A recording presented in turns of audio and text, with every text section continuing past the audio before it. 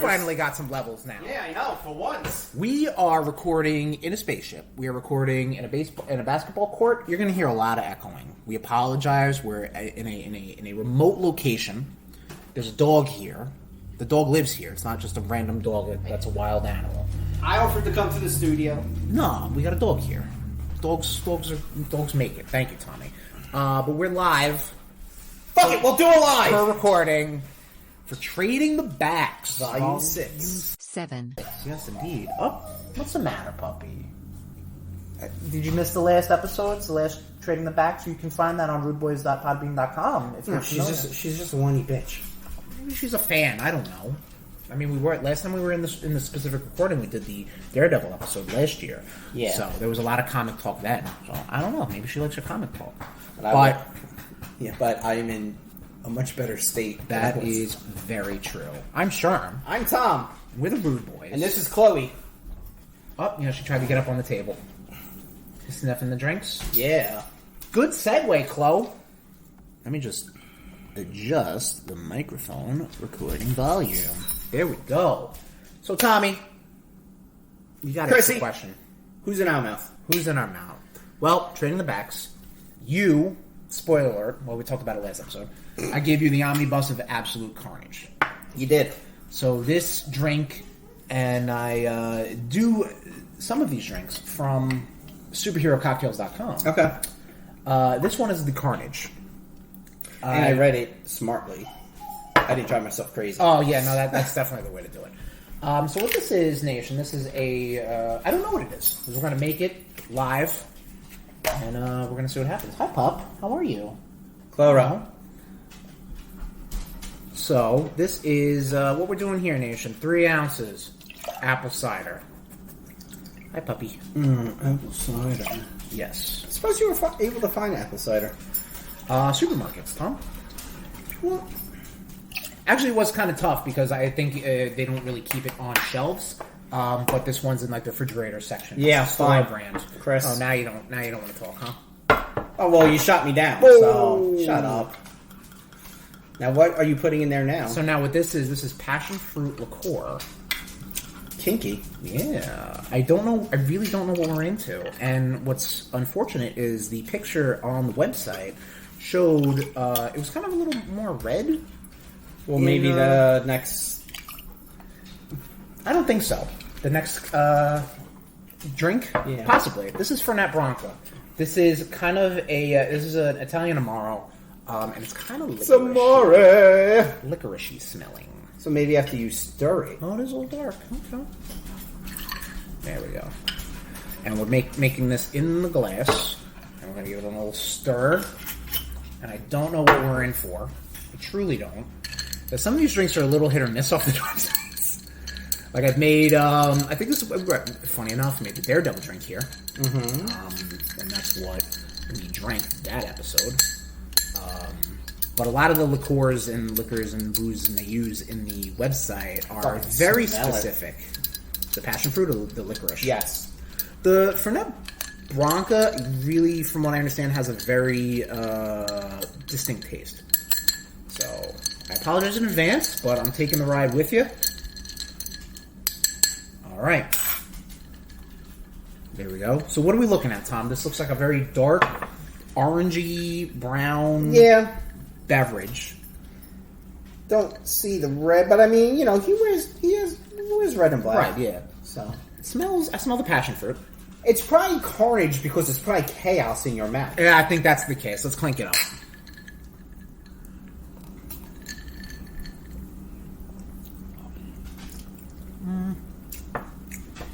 Ooh, that is bitter on the back end.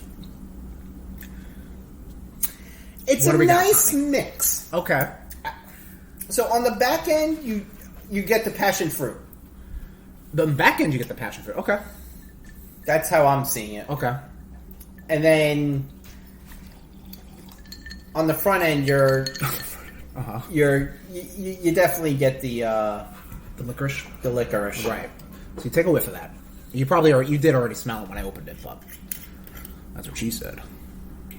That is more licorice than anything. anything. Yeah, that's why I think it was very low. So what it is, there's 3 ounces of apple cider, 4 ounces of passion fruit liqueur, and 1 to 1.5 of the Fernet Branca. That website also deals in parts, so it's 3 parts, 4 parts, part and half. Buyer beware. Is this a proper combination? Is this the proper mixture? I don't know, but it's not bad. It's Carnage, baby. Comics. I mean, since we're talking about who's in our mouth, well, better than I saw this video. I saw this video of Arnold Schwarzenegger. He's like, I just came back from doing a workout. Now I'm making my after workout smoothie. Okay. It's like, well, your usual smoothie shits. He goes, right. And now the secret. He's like, schnapps. Schnapps. Wow. I mean, he's Schwarzenegger. And he's Austrian, so. Yeah. I figured you'd go for something. But I was just like, God damn, Arnold. Yeah, I guess that's kind of the case. So they backlit the picture. Yeah, it looks like an iced tea, like a dark iced tea. Mm-hmm. Carnage Share ain't no dude to mess around with. The fact I wanted to emphasize this drink in a highball is pretty strong. Cider and Passoa, which is the passion fruit liqueur. Yeah. It's kind of the gentle combo. Outright non-carnagian? Carnage. He's a carnage. But the Fernet gives it a murderous undertone. So, there we go. It's not bad. I like it. Yeah, I think it's fine. Alright, whatever. It'd be nice. A nice backyard drink. Barbecuing. I'll pre-mix some. Mm-hmm. That'll just make it easier.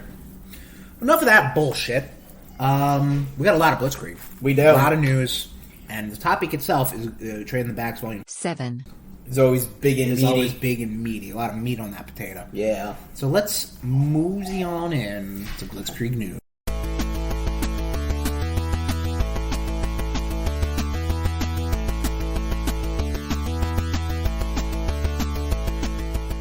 Starting off in games, as we always do. Look, I got it right. EC3, wow. As high as you were just a second ago, came crashing back down to earth. E3 is fucking cancelled. Yeah, there's no need for it anymore. I don't think so. I liked it only because it was that time to get excited for game news, but now you're right. But now you have directs. And we're going to have State of Play for Final Fantasy 16 as per recording tomorrow, I think. Oh, I'm so hard. You got that. There's going to be, as per recording right now, tomorrow, there's going to be the final trailer for Tears of the Kingdom. So all this information we're getting pretty much directly... Yeah, copyright Nintendo to us. So E3, I get it, but pre-pandemic. Plus, it was just completely mismanaged from the get-go. What are you gonna do? Yeah, no, I mean, we get our directs, we get our State of Play. Microsoft does the I don't know. They have a direct sort of thing. Also, yes. There's no need. Yes, and plus Nintendo hasn't been at E3 for how long? Before COVID, that would have been maybe 3 years, 4 years, probably longer than that. But no. But right after like the Wii U. Yeah. So Tears of the Kingdom introduces some sick new shit. So like I said, there's going to be one more trailer as per recording. It'll be tomorrow, which is the final trailer. But they did do a Tears of the Kingdom Direct a couple weeks ago. We're a little behind on the Blitzkrieg, but it's all good. And what they wanted to introduce was more mechanics. So, like, in Breath of the Wild, you had bomb mechanics, stasis, magnesis, and the one you can freeze, cryonis or whatever. What's the matter? There's nothing there. I promise. Chloe, you don't have to worry. Tears of the Kingdom is coming out in a month, as per recording, so it's okay. But what they wanted to show off a couple new techniques. One was like Ascend, which would basically just get you, if there's like a roof above your head, you just right up to the roof. If you're in a cave, you go right up to the top of the mountain. You know what I mean? So a lot of interesting stuff. They have this thing called basically you're going to fuse weapons and items together. So how they explained it was that you put some poisonous mushroom on your shield. So when an enemy attacks you, it releases a poison mist. You know? Mm-hmm. Other things they did was they put like a bat eyeball. Again, all these things are like this this gear and this loot and all these crafting materials that you put together. You put that on an arrow and it becomes like a homing arrow. Okay. You put like ice elemental on it, it becomes ice arrows, shit like that. And another one they have kind of similar with your inventory, but anything outside the inventory is called Master Hand, which is basically Ultra Hand. I'm sorry. What that does is that fuses things in the environment. Okay. So, like, they did take a page out of a lot of people in the playground of Breath of the Wild. Like, people were making fucking hovercrafts. People were making, cars, basically. So what they're doing is they're giving you the tool straight up to do that. Interesting. So I think it's pretty interesting. And like I said, it's got another month to go before we get some... I wasn't being dismissal. No, it's all good. Okay. Final Fantasy Pixel Remasters hitting Switch and PS4 April 19th. That's correct. So very soon. I can't wait. I can't wait to download Final Fantasy VI and not play Final Fantasy VI, even though I should play Final Fantasy VI. You should play all. I'm not going to play all of them. If I'm going to play any of them, I'm going to try 6. What's the price point on them? That's a great question, Tom. Honestly, at the time that this information came out, I don't think a price was announced. Okay. But the price is out there, Nation. And honestly, from what I understand, if you want to get the bundle with all 6 Pixel remasters, you're actually saving money. So keep that in mind, Nation. If you're trying to get all 6, get the bundle, because, they're more expensive. Might as well. Piecemeal. Yes. Moving on to comic book news. We don't got comic book. We got comic book. What a comic book focused episode, Nation. Nation, the original Pink Ranger to write a Mighty Morphin Power Ranger series. Yes. Do you know what her name is? Amy Jo Johnson. Come on. Hey, look, I don't know. Stop it. I mean, Power Rangers notwithstanding, the original Pink Ranger, chef's kiss. And she's still not bad. Ages very gracefully. So, during the pandemic, Amy Jo Johnson had an idea to write Mighty Morphin Power Ranger stories from the point of view of the original Pink Ranger. And I believe this is all part of a bigger Kickstarter campaign for Power Ranger comics. So she's getting involved into that. And I think it's notable also because it's the 30th anniversary of Power Rangers, Mighty Morphin Power Rangers. We got that special on Netflix coming out this month. Amy Jo was not part of it, but that was probably story related. You know what I mean? They're not going to be like, let's bring everybody back. Like, they wanted to bring back certain people for plot reasons. Oh, I thought it was like a documentary type of no, thing. It's an actual story. Yeah, it's an actual mini movie or something. I thought it was like the whole, kind of like what they did on, with the Fresh Prince of Bel-Air on HBO Max. That's what I thought it was. No, this is almost like, I guess, an in-canon movie. What's up, Chloe? What's your thoughts on Mighty Morphin Power Rangers? You like Mighty Morphin Power Rangers? Oh, she almost threw the chair. I guess she's more of a Voltron dog. What else we got, Tommy? The future series. A future series focuses on the past and the days that led to the doom known as Days of Future Past, and it's called Days of Future Past Doomsday. Fucking more time travel bullshit. Yeah, involving the X-Men. Well, this is a mini series. It's gonna be written by Mark Guggenheim. Okay, he wrote. I believe he's the one that was writing Uncanny X-Men before it went Hickman? Krakoa. Oh, okay, so before Hickman. Yeah. Okay. I can actually let you know right now. But this is taking obviously the world of Days of Future Past from Chris Claremont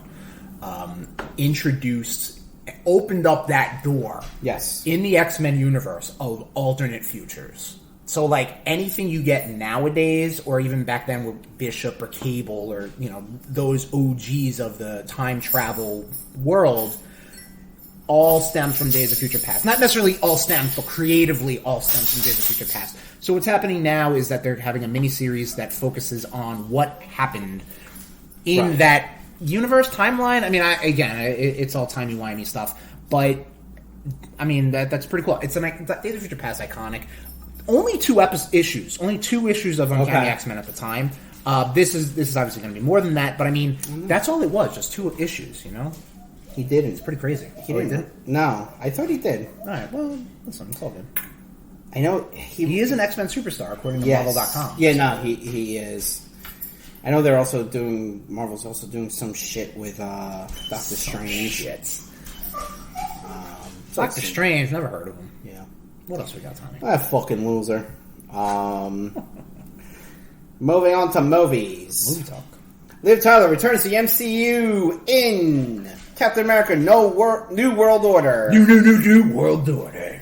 Every time it's gonna happen until this movie fucking comes out. Oh yeah, absolutely. Come on now. But yeah, no, we already know like the leader's probably going to be the big bad in New World Order. Yep. So it just makes sense to kind of bring more Hulk side characters into the fold. Yep. You know, that's it. That's pretty cool. Yep. I love Liv Tyler. I think she's awesome. She could do no wrong. Okay. I'm very neutral with Liv Tyler, I guess. I don't know. She was awesome as Arwen in fucking Lord of the Rings. Oh, right. She was in that. And the crazy videos for Aerosmith. Oh, well, yeah, because I think, Steven Tyler had it for her daughter. His daughter. Yes. What you just said. Drinky. Thank God there's a live action Moana in the works. Yeah. And that's actually being... I think that's being backed by The Rock. Well, yeah, I mean, obviously he was he played a big part. Yeah. He played a pivotal role in that movie, and Moana's good. I mean, do we need more live action? We don't. Dude, enough of these Disney live actions. I mean, listen, they're easy. They make money. That's what Disney's going to do. That's it. Disney's going Disney. Disney going Disney. Guardians of the Galaxy Volume 3 soundtrack reveal. Yeah, so I think we can say without any sort of hesitation, without any sort of we can agree that the Guardians of the Galaxy soundtracks are all very good, right? You just like one? False. Oh, false. Okay, see, this is why I put this on here. Volume 1 is fantastic. Is far superior than Volume 2. Volume 2... But is it still good? It's adequate. Adequate. Okay. Volume 2 was just like, hey, you fucking comic book nerds and music nerds, you liked that shit, right? Right. Now we're just gonna fucking force feed it to you.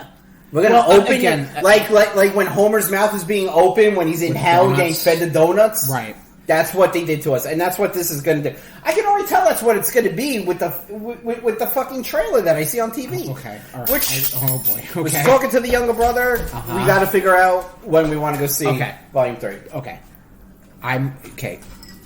Take away how you feel about Volume 2. Because I feel the same way. I feel like they went to the well a little too much. If you were to take those songs, are they a good group of songs? They're okay, yes. Okay. That's hit me with some of Volume 3's. I would love to, Tom. But right now I'm vamping because I thought I had it up, and I do not. I am just talking right now I constantly... I'm really looking forward to that. I'm pretty sure this is going to be the last Guardians of the Galaxy 100% it will be. Which I cannot They're calling wait for. it. It's like, this is the last tour, last ride. And I'm I'm definitely done with Chris Pratt. Well, listen, we got one more. We got a Mario movie to go to, so we got that out. But hey, man, come on, fucking Chris Pratt. All right, I'm ready to do the soundtrack now. All right, calm down. Creep by Radiohead. Crazy on You by Heart. Since You've Been Gone by Rainbow. Since You've Been Gone. I don't think it's that one. No. Isn't that fucking Kelly Clarkson? Yeah. Could be a cover. How'd you know that? Huh? In the Meantime, performed by Space Hog. Reasons, performed by Earth, Wind, and Fire. Do You Realize, performed by the Flaming Lips. We Care a Lot by Faith No More. Mm-hmm. That is a different language. I can't say that. I'm Always Chasing Rainbows by Alice Cooper. That's about Rainbow Kisses. What are Rainbow Kisses, Tom? I don't know. Go into that off air. I don't know. I really want to know. We're not going to. Every time we say we're going to do this off air, it never happens. Tell me right now. No. I'll pause it. Yeah. I don't think you should. And now we're all a little dumber. I'm gonna Urban Dictionary that because I don't believe you. San Francisco by the Mowgli's. Poor Girl performed by X. Till This Day performed by the. No Sleep Till Brooklyn by the Beastie Boys. I thought that was in Captain Marvel. Oh, no, Intergalactic was. Oh, we'll talk about that. Dog Days Are Over performed by Florence and the Machine. Badlands by Springsteen. I Will Dare by the Replacements. You know what? That's a fair point. Come and Get Your Love by Redbone. Alright, you know what? I don't know any of these. I know names, and I know these words. Let me put it this way. When I pick up this soundtrack, because this does sound like a good soundtrack. Right. When I pick it up and we listen to it, It's on Spotify. You'll know just it. Just listen to it on Spotify. Yeah, well, good. I'm glad some cars can connect to Bluetooth. Oh, no. Mine likes to do it every so often. Oh, no. Yeah. What else we got? Where the fuck were we? More Star Wars films in the Yeah. works. Nation, we are fresh from Star Wars Celebration over in Europe. We got some TV talk, but right now, I just want to touch upon something in the Star Wars movie universe. So what's happening now is that there were 3 new Star Wars-related films that were announced that are all going to take place in different eras.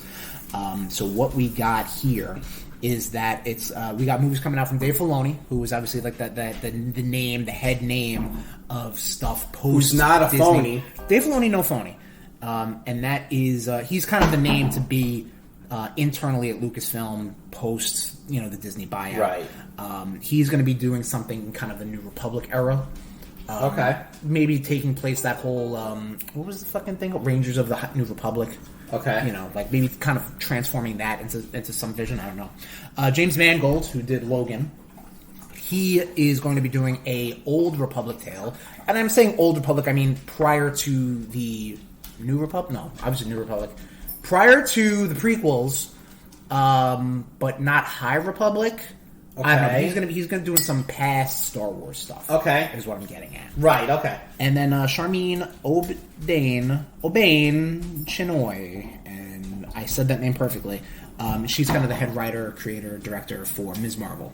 She's going to be doing a 15 years after Rise of the Skywalker tale, dealing with the rebuilding reformation of the Jedi Order, which is going to have Daisy Ridley return as Rey. Yes. Happy birthday, Daisy Ridley. Oh, happy birthday. Yeah. When's your birthday? I mean, a couple days ago, but still close enough, Still close enough. It's like me. She looks a lot like Tori Black. Do with that information as you will.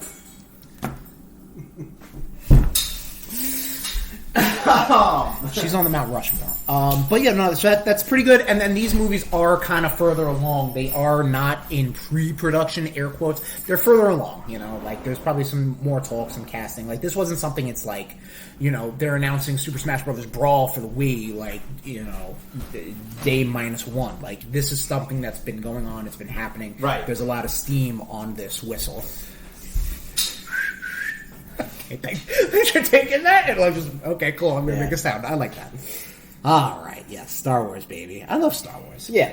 And you know what? I know Star Wars is fucking stupid and I love it. I know we got into, like, the last 3 were horrible in our, with the last 3 boys. weren't great. They weren't great, but you know what? Again, Star Wars is fucking stupid, and it was just fun. Shit. There were teddy bears. Yeah. There's a whole planet made of ice. There's a whole sisters. There's a whole planet. That's the original trilogy. Everybody loves. And there's a whole planet of dogs. Big old space slugs. Wookiees are dogs. Wookiees are dogs. Yeah. And I love Wookiee porn. Yeah. Oh yes. Hey. Yeah. All right. That's RudeBoyz go to the movies. Star Wars Holiday Special. Yep. Check it out. It's out there. Moving on. Vanessa and Colossus will return in Deadpool 3. I like that because it definitely does. They were good uses in Deadpool. Is it going to be Morana? Yeah, no, yeah, they are. It's going to be the same. I'm on. It's going to be her name, yes, and the actor who mocapped or either voiced Colossus. So, fun fact is, she is actually married to the guy that played Jim Gordon in Gotham. Yes, she was in Gotham as well. Yes, yes. Could not make it through that show. Monica Morana. It's something with a B. It is something with a B. The name looks more complicated than it actually is. She was also in one of the greatest sci-fi series of all time, Firefly. And Serenity. Yes. We gotta change that. Very good. Bought them during Borders clearance. Okay, well, do you like outer space shit? I do like outer space. Do you like Space Cowboys? Like that movie with... or like Space Outlaws, I should say. Space Outlaws? No, okay, now you're right. Okay. You're gonna like Firefly, motherfucker. This is what, J.J. Abrams? Who was this? This was, who did Whedon, that? I think. Oh, it was Whedon. And Nathan Fillion is a gem. Nathan Fillion's gonna be in Guardians of the Galaxy 3. As a mysterious role. He was supposed to be, Wonder Man. Yeah. Wonder Man. Trailer talk. What is the secret of your power? Across the Spider-Verse, coming out June 2nd. Yes. Did you see it? I did. Pretty good. I like it. Good, yeah. I am very excited for my boy, Scarlet Spider. Mm-hmm. I feel like he's probably going to be a villain. So from what I'm understanding is that, shock. He's a twat. Okay, relax. It seems like the contingent is like Miguel O'Hara, Spider-Man 2099, voiced by Oscar Isaac, is going to be more of the antagonist role. Spot's going to be there too. Love Spot. Spot's my favorite C-lister. Dude, when he's like eating the sandwich and or like the loaf of bread is coming out of his stomach. Yeah, please stop that. I gotta show you some. Here's a whole new name for bread basket, am I right? So funny. What the fuck song is that? Metal Gear Solid. What's up? Yeah. So I'm down. Nation, I'm telling you right now, right fucking now, that month it comes out, that weekend it comes out, there will be a RudeBoyz Go to the Movies for Into the Spider-Verse. Oh yeah, we love Into the. Wait, I'm sorry. Is it called Into the Spider-Verse? This is called Across the Spider-Verse. The first one's called Into the Spider-Verse. Across the Spider-Verse Part 1. Very confused. Yeah, Part 1. Probably get a weird alternate subtitle as well. But yes, love that movie. What else we got, Tommy? Blue Beetle, August 18th. Did you see it? Did you see it at least? Ugh, yeah. Looks horrible. Looks horrible. It's DC. I get such vibes that it is like they took Shazam and they took Ms. Marvel and then they were like, oh, we got a little bit of Iron Man here. Yeah. That's kind of what that was. Yeah, it looks bad. All right, well, it's still happening. Well, whatever. And I'm sure people are excited. Cool. Our Hispanic listening community, we'll be excited to see Blue Beetle. Cool. You let us know how it is because we will not see it. Okay. Jeez, can you support our Latinx brothers I and just sisters? did. Hermanos y hermanas? Okay. I just told them to go see it. Uh-huh. And to let us know how it is. Okay. Yes, you did say those words. You said more, but yes, you did say The Marvels! The Marvels. November 10th. That will be a Tom celebration. Part of the Cash Bash. You know what? I'm going to have a hot take right now, okay? Let's get this out of the way. I got one myself. Let's clear the air right now. I think Brie Larson is very attractive. I mean, whoa. Nation, save the pitchforks. Please, save the pitchforks. You still Scott Pilgrim, right? Honestly, I'm not going to lie. Because I watched all of Captain Marvel. Mm-hmm. And I've seen her in, Endgame and whatnot, and it was just like, okay, she's a competent actress, a great actress. The post credits for Ms. Marvel, I don't know. It was just something. I guess maybe how her hair was or something. She was probably she popped out of the closet, and then it was just like it was. Also, I was just like, It was also her. That was also probably filmed when she was also doing Fast 10, because she's sure as well. Okay. But I was like. Oh, hey, Brie Larson. I'm going to need you to drive to that. Why is that? Because I'm going to bring a flask. Okay. And every time they play fucking Intergalactic, I don't think they're not going to play it all the time. Every time there's some stupid fucking 90s bullshit, unnecessary song. Okay. Is that your complaint about... What did you see? How about... I know you heard. What did you see? Did you like what you saw? I did. Okay. I did. Cool. I mean, I like the fact that Fury's in it. Yes. Which is probably... right after Secret Invasion. Right. Which is on the list, right? Yeah. Okay, cool. Yeah. I also did hear that they were going to be slowing down their output. Well, because as you can see and feel right now, there is a fatigue. 2023. I mean, last year we got, 4 Disney Plus shows, Yeah. Which I'm sure... was also backed up from COVID. Yeah. All these things, these wheels were in motion, and for a year and a half, they had the fucking halt. Yeah. So everything's kind of you're kind of you're holding back. Then you just kind of release it. Yeah, exactly. It was like, you were fucking getting edged. Yep. Just fucking I can dance around the analogy, and then you're just then you just jerk it off. And just a fucking explosion! Exactly. But yeah, you're right. This is probably going to be coming right after. I mean, well, did I put in the list? Oh yeah, no, this is coming out in November. The Marvels Secret Invasion is. We'll get to that. But did I put the date on there? You at least? did. Can you tell me the date right now? The 21st of June. Okay, so yes, I believe this will be coming off of Secret Invasion. Yes, I'm okay with them slowing down the movies. Yeah, I am feeling a little like we were talking about Guardians of the Galaxy Volume 3, and I'm like, and even talking to my younger brother, I was just like, yeah, if I see it in theaters, I see it in theaters. Oh, but no, you know what I mean? It's you just feel very. There's so much between this and everything that's on the streaming services. Okay. It's very overwhelming. Okay. All right, I get it. You go into any comic book shop, Tommy. Huh? You go into any comic Christopher, book shop. I know. Which we should have gone to our local one because they were having a flash sale for 20% off all graphic novels. Well, I don't know what to tell you. All right. I saw that. We're trading the backs right now. Yeah, well, if you should have called that at work and we should have done that. Fuck. You fucking fool. I know. Where are my priorities? But yes, Marvel's great. Brie Larson, attractive. Music, listen, it's the Beasties. Intergalactic is played out, but I still love it. Versus that's still one of my favorites. Versus Fight for Your Right, I think is overplayed more. Oh, I agree. That's just my thoughts. Moving That's on just to our thoughts. RudeNation. TV. House of the Dragon Season 2 to be 8 episodes long. They're already starting this bullshit. Yeah, I mean, they want to get it out right now. They want to say what's up. That should be it. You don't need more than 18 to 20 episodes. Especially if they're an hour and change. That book wasn't that long. Right.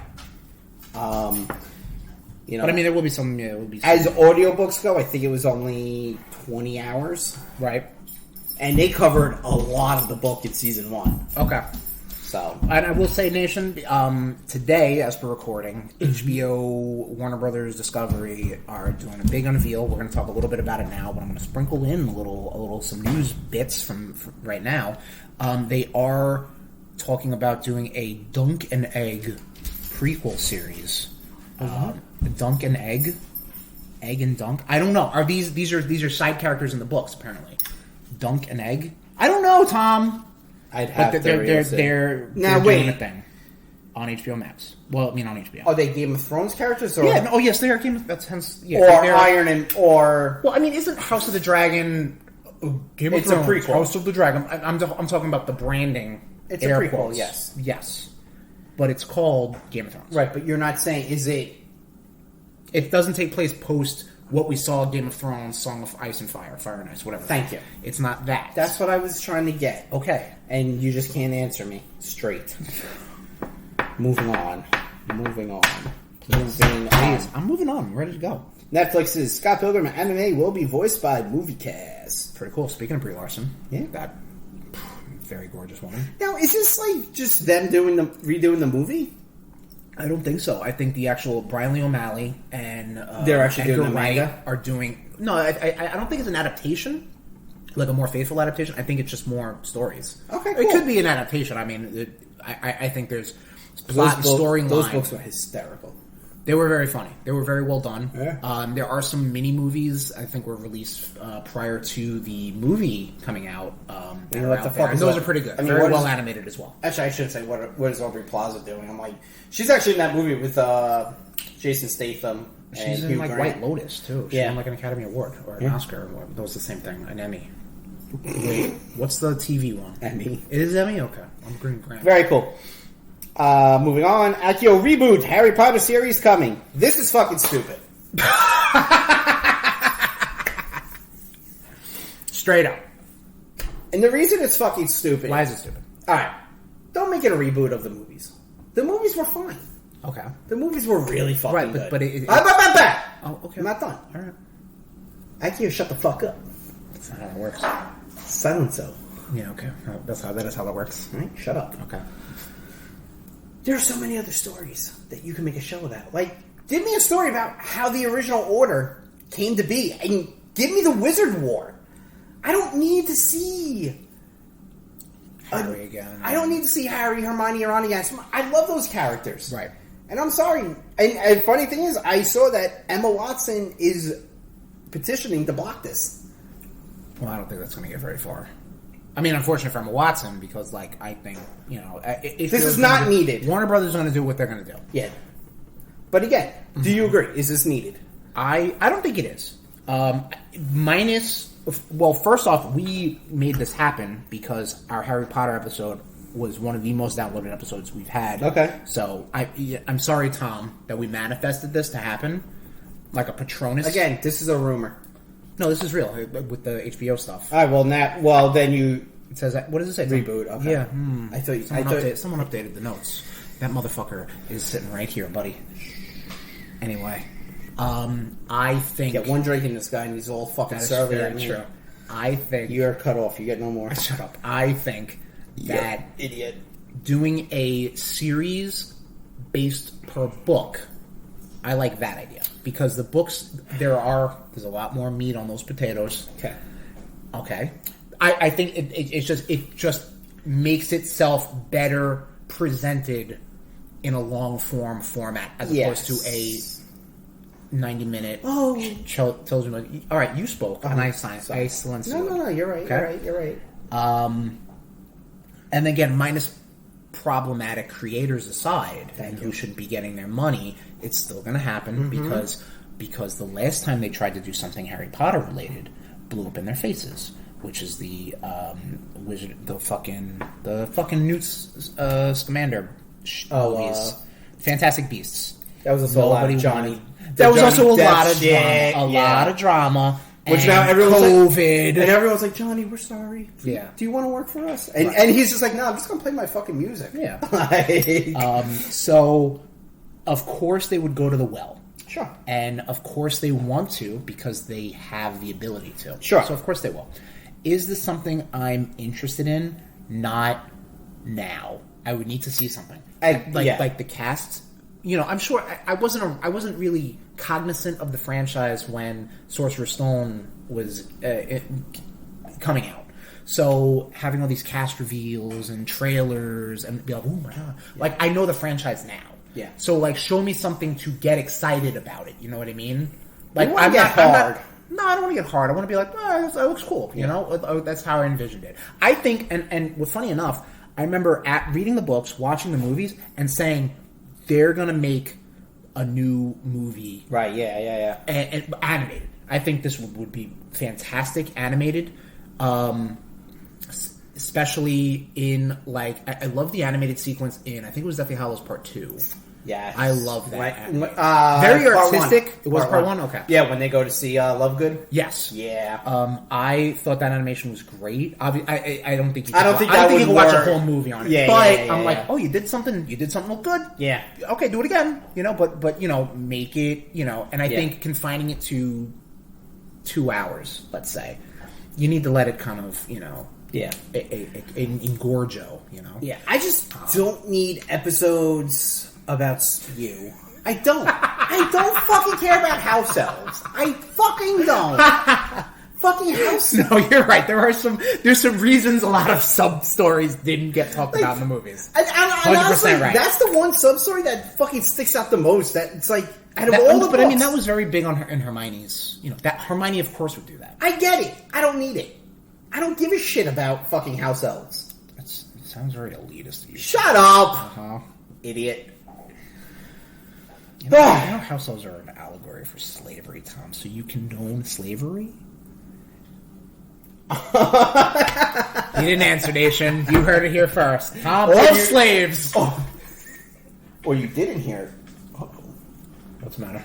Cable falling apart? Uh-oh. Moving on, Tom, please. I'm just going to stop touching that screen. Animated Stranger Things series ordered, also from Netflix. We did bounce over that, but I think that's cool. Again, I think anything animated, you already get that freedom of... I never think it's like, oh, animated versus live action. I love animation. Like I think you can do way more animated, you know, than live action. Obviously, just like special effects. Absolutely, I agree. Stunts. You know, casting. You can do whatever the fuck you want. Yeah. So, I was saying to someone I worked at, you know, this book series that we listened to, Mistborn, I think I've talked about, that would be a perfect animated series. Because there's a lot of jumping and, like... Right. And You know what? A lot of jumping. You can there's a lot. Read a book and you'll understand. I know what a jump is. Like jumping? Shut up. Like Anyway. like using your leg I'm muscles to not leave done. the earth or the ground you're on. I know what So- jumping is. And you can get these kids to voice because let's face it, You can get adults to voice these kids. We don't want to see these. We don't want to see these kids on screen anymore. Yeah, no, that's true. They are ugly. Yes. It's a celebration, bitches! Star Wars show news. Star Wars show news. I didn't hear what you were saying. So Star Wars Celebration. We talked about it a little bit in the movie section. Also, coming from the Disney Plus portion, contingent, there's some Star Wars television stuff. Are you okay, Tom? You look a little puzzled. You took off the trailer that I put on. Well, because we're going to segue into that. Trust me, baby. I got you. I don't like you deleting shit that I put, though. Yeah, because we were going to talk about it in here. I know. I got you. Tommy, I'm just saying. Tommy, here's my wing. I feel disrespected. All right, relax. So Bad Batch Season 3. Season 2 ended. Big cliffhanger. Season 3 is Did coming. they shoot Omega out into space? No. Then I still won't watch All it. right, well, you're missing out. Children And, are stupid and stuff. Season 3 will be the last one. There's really not much further you can go with just timeline-wise, Like, the Empire's here. Like, what are you going to do? Yeah. Did we see these people in the movies or anything else past that? No. Probably for a good reason. So that's happening. Star Wars Vision Season 2 is coming out May 4th. May the 4th be with you. I don't think I saw all the Visions episodes. For people who don't know, the Visions are like a Japanese animation company. Oh, that's not the shit you had me watch? No, that was Tales of the Jedi. That's what I Tales of fucking... the Jedi. No, I haven't watched any of Okay, them. that's funny. There's a new season of Tales of the Jedi coming out as well. But yeah, Vision Season 2, it's self-contained episodes. It's kind of like... They're self-contained. It's kind of like Star Wars What If, but like just in Japan, like Japanese. Japan 4! Okay. Star Wars Skeleton Crew is still coming. That's the Jude Law. Hey, Jude. Oh, God. Get one chicken, this guy. He's just singing karaoke. This is the one that it deals with like a bunch of kids. Sorry, Tom, you're not watching, but it's like kind of like they're explaining it like a Stranger Things or like a Goonies, but in Star Wars. Andor Season 2, aiming for August of 2024. And Ahsoka, which is, I think, the big star of this Star Wars Celebration stuff. So, Rosario Dawson came out. She's talking about Ahsoka. Blah, blah, blah, blah, blah, blah, blah, blah. One drinking this cat. Because I want to say, like, Asuka. I want to say Osaka. You're an idiot. Okay. Ahsoka. Ahsoka. You got Mary Elizabeth Winstead. We just talked about Scott Pilgrim. Mm-hmm. She's going to be playing Hera Syndulla. I got to say, though, Tommy, Rebels fans are eating good. He had a cameo in Mandalorian. I heard. Okay. I know who it was. Okay. But Hera's going to be in this. Chopper's going to be in this. Sabine's going to be in this. Presumably Ezra is going to be in this. Sabine's been in Mandalorian. No, she's not. Oh, that's yes. Yeah. Christ almighty, I can't think of her name. I know who you... Yes. Going with the Darksaber. Yes. And Thrawn is going to be played in live action by Lars Mikkelsen, the same man who voiced him in Rebels.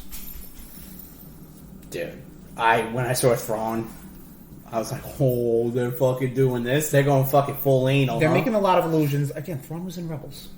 Well, I didn't watch that because Ezra's a piece of shit. Ezra gets better and then gets worse. No, he doesn't. See, you're not selling. No, I'm being honest because, You're like, not I selling. felt like they lead to a certain point in it's 4 seasons, I think, right? They lead to a point in season 3 where I'm like, oh, this is really good, and then like as soon as season 4 starts, which is I'm assuming they knew it's the final season, so they have to kind of like let's bring it back a little bit, guys. Ezra sucks. See, Ezra's like Aladdin. He's kind of like you're the main character. Shut the fuck up. I'm with you. I get it. But he develops and then kind of falls back. Does some good shit. In season 1, I was hoping and wishing that he would be part of that the Jedi Temple slaughter. You know what well, he wasn't alive then. I wish he was, so Anakin would have killed him. Okay. Yeah, I thought the same thing about Ahsoka. See, I disagree. Ahsoka, I think, was fantastic. In Star Wars Clone Wars Season 1? Absolutely. Okay. She was very good. Disagree. Okay, good. I feel like she was too good. You know, but not like I was kind of like a. She was innocent. You're the child. You're the audience character, which I get. She was. I feel she was more innocent, and then season 3 and 4. Oh no, she develops. She's just like no, she's a great character. She was just kind of like, yo, the Jedi, fucking bullshit. Yeah, no, she's a great character. But in the first season, I'm talking about when it was a kids show. I mean, it's still a kids show, but like it gets into darker territory. But, like, you know, she was just like, yeah, I don't know. Anakin's apprentice, of course. Like, all right, of course. But, again, ate my words. Because she does turn out to be a great character. I think Ezra does redeem himself. Is he a great character? Not necessarily, but I like how he turned into someone who was just he was Aladdin. Rebels should have been based around Kaden the whole time. In a way, it technically was. Kaden, I think, is such a fantastic character, but I just can't get past my hatred for Ezra. It might also be the name. Oh, boy. Yep, okay. But yeah, no, Ahsoka looks real fucking good. Well, trailer, yes. Mm-hmm. So the trailer, again, a lot of Rebels allusions. You're seeing a lot of vistas and establishing shots that were pretty much pulled right out of the final couple scenes of Rebels. Right. So it's picking up right after that. I truly don't want to spoil it for you, Tom, because I feel like you can. Honestly, you should probably just at least watch a YouTube like what happened in Rebels, or I'll just have you tell Cliff me. Notes version. You want me to tell you right now? Yeah. Okay, I'll tell you right now. So they introduced Thrawn, I think, in season 3. Does Kaden live or die? He does. That's all. He sacrifices himself. He sacrifices himself to save Hera. I thought you at that point they were really like there were a whole lot of like will they won't they sort of thing. Yeah. Then they do. But then he's like he sacrifices himself. He gets blinded by I think Darth Maul. Yes, he does. Which that's what I'm talking about. Season 1, I believe. I think season 2. So then I watched 2 seasons worth of this fucking show before I wanted to throw him. But see, into what makes Ezra good is that he had to learn to be a Jedi without his master. And I'm using that phrase very loosely because they weren't really. Well, no, in master season apprentice. 3, where I left off was, I don't know, Ezra. He had the Sith box. Yeah, the Jedi Holocron Sith Holocron Wayfinder, whatever. Yeah, I don't know. He had that, and Kaden was just like, dude, stop fucking with that, right? Like, and he was like, "No, you're not my well, of father. Course, he's fuck gotta, you, he's gotta, fuck you." Oh, Tom, I'm sorry. If If a parental figure was like, "Don't do that thing. That might be cool. Don't do that thing." Plus, you got to understand the thrall of the dark side, Tom. Yep. Okay. You shut up. But anyway, they introduced Thrawn. Thrawn's a badass. He's not a badass, but he's a fucking he's a dick. Nazi. Yes. He goes after Hera very hard. And the Twi'lek people, and what ends up happening is that did you see a scene in The Mandalorian season 3 where I watched the first 2 episodes. Okay, but I don't want to spoil anything. It's not really a spoiler. How about you don't? They're traveling through hyperspace. Din Djarin and Grogu's like looking at the hyper, like when they're traveling, okay, and he sees something kind of like in the hyperspace lane. I'm gonna have to go back and watch. All right, they talk about what that is and what that means, and what's able to happen is Ezra's force affinity is with animals. Like that was kind of his thing on the planet of Loth or something, whatever it is. But like he's able to like kind of communicate with animals. So like all these like very highfalutin force energy animals, he's able to kind of like have some sort of communication with. So he's able to communicate with these creatures. The creatures basically take Thrawn, Ezra, and whatever ship they're on and just blast them through hyperspace. And that's how you think that like, they're dead. But we now know from one of the last scenes in Rebels that they're not dead. One of the scenes in Mandalorian Season 2 that Ahsoka's looking for Thrawn because she knows he's out there. And there is a very quick glimpse of Ezra in a hologram in Ahsoka. Don't fucking bring him back. Relax. I think, you know what I think my major mistake was that I busted my ass through Clone Wars, and then I tried to watch Rebels. You can't. I did that. Like maybe if I go back to Rebels in like 9 years, I might enjoy it. Maybe after Ahsoka, you'd be like, oh, you know what? I want to know about Sabine, and like so they get back. Sabine was in like the first 2 seasons. Yeah, no, she was in the whole series, but like they go into the whole Mandalorian Civil War again. They talk about obviously the birth of the rebellion. You know, like from that aspect. You know, I'm not talking about Jedi stuff. Clone Wars characters show up. You know, Rex shows up in that, right? Okay, so you know, like there are like at a certain point they're like, oh yeah, Clone Wars is pretty good. Let's bring in some of that. They should do more of that. Well, they can't because the show's over. Not have this fucking idiot. Anyway, we've not kept this pretty Blitzkrieg, but that's your fault. I guess so. You get hard for Rebels. I love Star Wars. Sounds like you more like love Rebels. Secret Invasion trailer talk.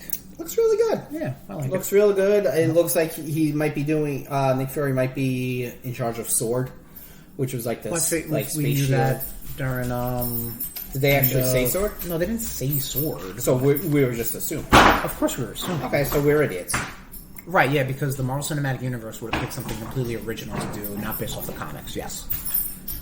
Are you trying to find something to throw at me? Hit me? Okay, cool. Moving on. That'll do. Did you see? So there was a Penguin teaser trailer. Yeah. Okay. I don't know. I didn't watch the Matt Reeves film, so I don't know. No? No, I didn't. It was okay. It's cute. It was cute. I thought you liked it. Here it is. Yeah. Dude, if you want to watch it, I'll watch it again with you. Right, yeah, I'll watch it at some point, I'm sure. I want to watch it. I'm just like, when am I going to get around to it? There's so much fucking TV out there. There's a lot out there, baby. Wrestling news.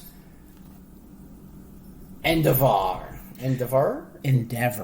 whatever. Buys and merges with WWE with UFC. Yes, so Endeavor is the parent company of the Ultimate Fight Company? UFC. What does the C stand for? Without looking it up. Ultimate Fighting Championship. Yes, that's it. We both got there together. Yeah. Much like WWE and UFC are coming together. So, no secret, we've been talking about it for this year. Vince McMahon left, retired, came back as Sanchez McMahon. Seriously. To basically help sell the WWE. And what happened was he sold it to Endeavor. Endeavor is the parent company of UFC. Like I said, what they're doing is they're going to, Endeavor is the parent company of now both companies. They're merging it in the sense, but they're still keeping their autonomy. You know, they'll still be, I guess Nick Khan will still be the air quotes president of WWE and Dana White. Thank you, president. You're not a fan of Dana White, this dog. No one is. No one is a fan of Dana White. Dana White sucks. He's kind of a piece of garbage. Yeah, Dana White sucks, Nick. I know. It's okay. He's not here. It's fine. No, she's checking. Dana White. Ooh, she definitely doesn't like Dana White. Dana White. Oh, yep, not a fan. He'll be president of UFC, and then Vince McMahon, love him or hate him, hated it, is going to be president or one of the co-presidents of Endeavor. Yeah. The co-company. Now, according to Triple H, nothing is changing. Triple H! Man, oh man. So I did have on here some WrestleMania reacts, but I knew this was a very long Blitzkrieg, so I was like, maybe we will pivot away from WrestleMania reacts. It was okay. But, it was okay. It was good. It was good to get the boys together for one of the days. People said that Cody didn't win. You should have seen that. They want Roman to be their champ, which I'm fine with. Especially now that we know that, WWE is getting sold. And I'm fine with Roman being the champ. Yeah, I'm fine with it too. I'm a Roman. Who next? I am. Stop saying Goldberg. that. No. Oh. Stop that. I will fully just stop watching. Okay. You're already kind of teetering anyway, so. I watched Raw. Raw wasn't bad. Well, Chloe disagrees. Chad Gable should be... Oh, Chad Gable's fantastic. Chad Gable should be a fucking world champion. Chad Gable should be a world champion. Absolutely. He can put on a fucking show. I agree. Holy fuck, he should be a champion. Okay, he should be a champion. Moving on. Etc. Saturday news. Max is coming in May. What is Max, huh? He looks back down at the list. I thought that was you. That was me. No, what Max is the rebranded HBO Max Plus Discovery Plus. Oh, good. And now it's just called Max. Stupid. And it's coming May 23rd. Cool. So it's called Max, everybody. Well, the internet is mad at Bud Light. Because people don't like that there's a transgender person who is like the Bud Light spokesperson. Right. And it's just, and they're gonna have the pride flag on their cans Right. and such. And it's just like, people, shut the fuck. Does it affect your daily life? No. Kid Rock apparently shot 4 18 packs of fucking Bud Light. Really? He bought those 18 packs, And you still gave him money. So It doesn't fucking affect your life. Yes, thank you. I was gonna say I'm conflicted because I don't like the uproar is one thing, but it doesn't affect your day to day. It doesn't affect your life. It doesn't. If this chooses you, if you're a Bud Light drinker, first off, I've never met one just dedicated Bud Light drinker. We were for a while. Well, because we didn't know any better. We didn't know that sweet, sweet taste of Miller High Life, established 1903, the champagne of beers. And if they pick a transgender person to represent them, I wouldn't care either way, and I would still buy their beverage because I think their beverage is tasty. Bud Light and but that's me voting with my dollars. Yeah. And I can't. And I've told you this time and time again, Tom. I've told you to vote with your money. And if people want to boycott this drink for whatever reason because they don't like the direction of the company, I can't be mad at it. That is your choice. If you're going to buy the beer to dump it in a toilet, you bought it. Yeah. What do you want me to tell you? Those fucking idiots who do the videos of destroying a PlayStation or something. Yeah.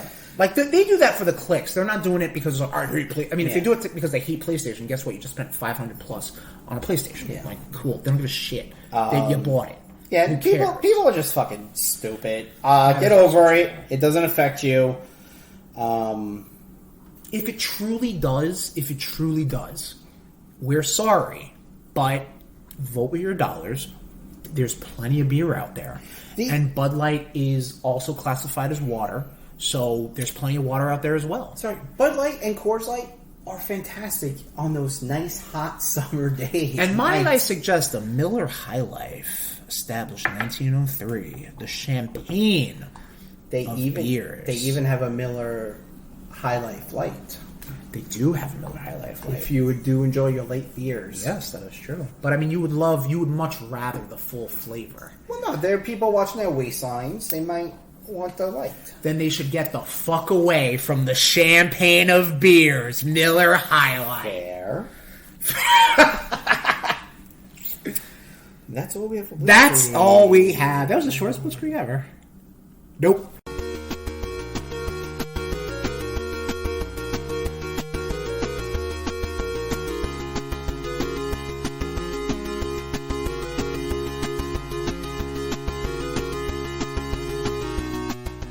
All right, RudeBoyz catch-up time. I'm going to mix a quick drink. We'll be quick about... The one with the more... That one's yours, yeah. Okay, cool. Well, because Okay. that's how I remember these things. All right, Tom? Jesus Christ. It's the process, okay? RudeBoyz catch-up. Tommy, you read Last Ronin. I did. How was it? Did you enjoy it? Fucking really good, man. Was not expecting it to I read it as well, so... I was not expecting it to go where it went. I was not expecting Michelangelo to get smoked at the end. Yeah. Well, I was like, Wasn't wait. it kind of open in the air a little bit? No, right? No, he got fucking murked, and then it ends where April and Casey Jones's daughter is trying to raise 4 more turtles. How it ends? Okay. I forget, because they explain very his regenerative powers. No, so I figured... I think he got fucking, he ate a bomb. Oh, okay, that'll do it. And, I was just like, holy shit. And, how she had power, the turtle powers. Turtle power! I don't know. The daughter had the Yes. turtle powers. What is turtle power? Like she had the strength. She had the. Oh, all right. Because of the because her and I'm sorry, April and Casey were near the turtles for so long, they kind of got radiated. But that one was yours. You were good. Don't get anything past this, man. It was like a fucking Princess Bride moment. See, that was I forget that. I forget that line. I remember reading it and I enjoyed it. I don't really remember the details. I am looking forward to the game. The game, and there's a prequel series too coming out. Oh yeah, yes. I guess it's going to deal with Michelangelo. Spoiler alert: he's the last Ronin. Yeah. His whole quest prior to the events. That's what a prequel is, you dummy. Which was so fucking but, like they explained it during flashbacks and stuff. Which was so weird because it was just like, wow, okay, Michelangelo, huh? Okay.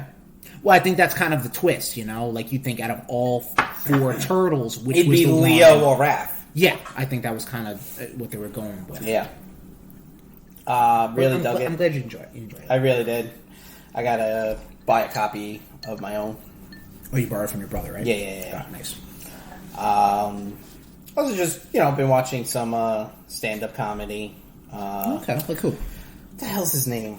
He's known as the shirtless comedian. Bert, he was the host of that fucking show that Cody Rhodes did. I know who you're talking about. He's on like TikTok. Yo, he is. Bert Krishner? Yeah, he is fucking hysterical. Like, watch his stand-ups. Like, okay. Yeah. He seems funny. He seems funny outside of the stand-up thing. I think he's got a movie coming out too. Oh, yeah? I think so. I showed my brother the Chris Rock stand-up on Netflix. Oh, the one that was live? Yeah. How was that? We watched it. You and I watched it. We did. I don't remember. We did. Was it on and I passed out? About midway through. That sounds about right. Oh, you know what? I do remember. Yes, okay. I do remember it being on.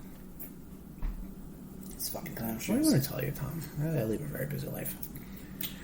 Speaking of... You need to drink some more coffee or 5-hour energies when we hang out, boy. Yeah, but if my tolerance is so high based off of caffeine, what good does it do?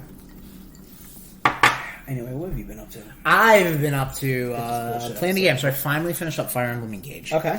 I did not like it as much as I liked Awakening. I don't think... Fire Emblem Awakening was my first. Really my first. I did dabble with the GBA one, but I was so like, I'm stressed out. It's permadeath, you know? Awakening was so much more welcoming, and I was able to enjoy that. Fire Emblem Engage is not as good as Awakening, but still pretty good. It is anime as fuck. Like, I'm going to be honest. Like, all the characters, you're going to run into characters, they're going to look like they're 8-year-old, but they're, like, developed, and they look like J-pop stars. It's very weird, and a little off-putting, but I still liked it.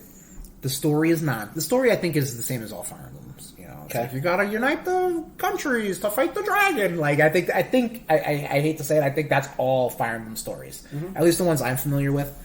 But it still was a lot of fun. Good. I gotta give it up to my girl Etier. She was a early level character. She's an archer. So I partnered her up with the player character, and they just had like a good. Because they have that relationship building in it as well, like the conversations. It doesn't seem as synced up as Awakening. Like, Awakening would be like, oh, they will literally fight next to you, and, like, you'll fight twice. But, like, there's other perks that, like, happen because they have, like, a A relationship as opposed to a C relationship.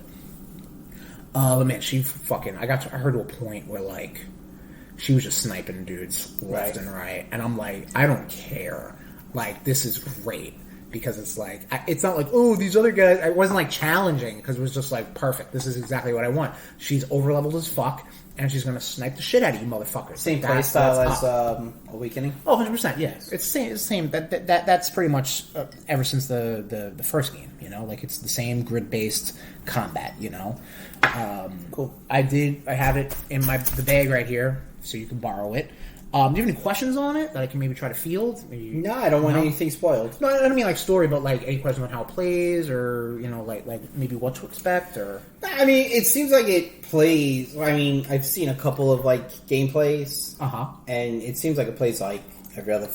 Like, how do you just do the Awakening, the Engage you gotta build a meter? Yeah, so the titular technique, the engage. This game was supposed to come out during the pandemic for Fire Emblem's 30th anniversary. Right.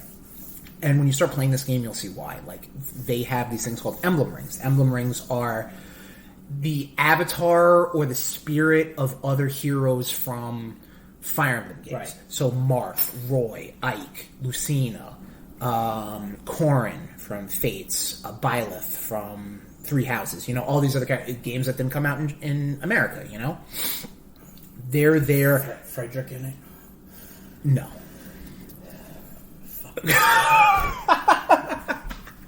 They what they do is they there is a meter. Yes, you're right. All characters, if you give them the ring, which is like an item that, you know, boosts stats, but if you give them the emblem ring of those heroes, you have a meter. You can basically transform into a tweaked version of that character. Looks straight out of like sci-fi. You know what I'm saying? So like Etier, I paired her up with Lynn. Lynn was the hero of the Fire Emblem game. It's called the Blazing Blade, I think. Okay. That was the Game Boy Advance. That was the first game known to America. Female, long green hair. She's an archer. So I'm like, oh, that will suit my archer character, who I'm, you know, already boosting. And one of her perks is that it's called Astral Storm. She can basically hit anybody on the field.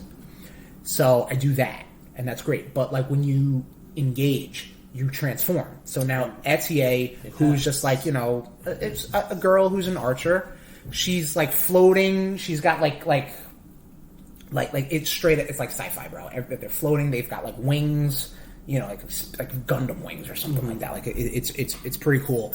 And you can do that for I think like 3 rounds.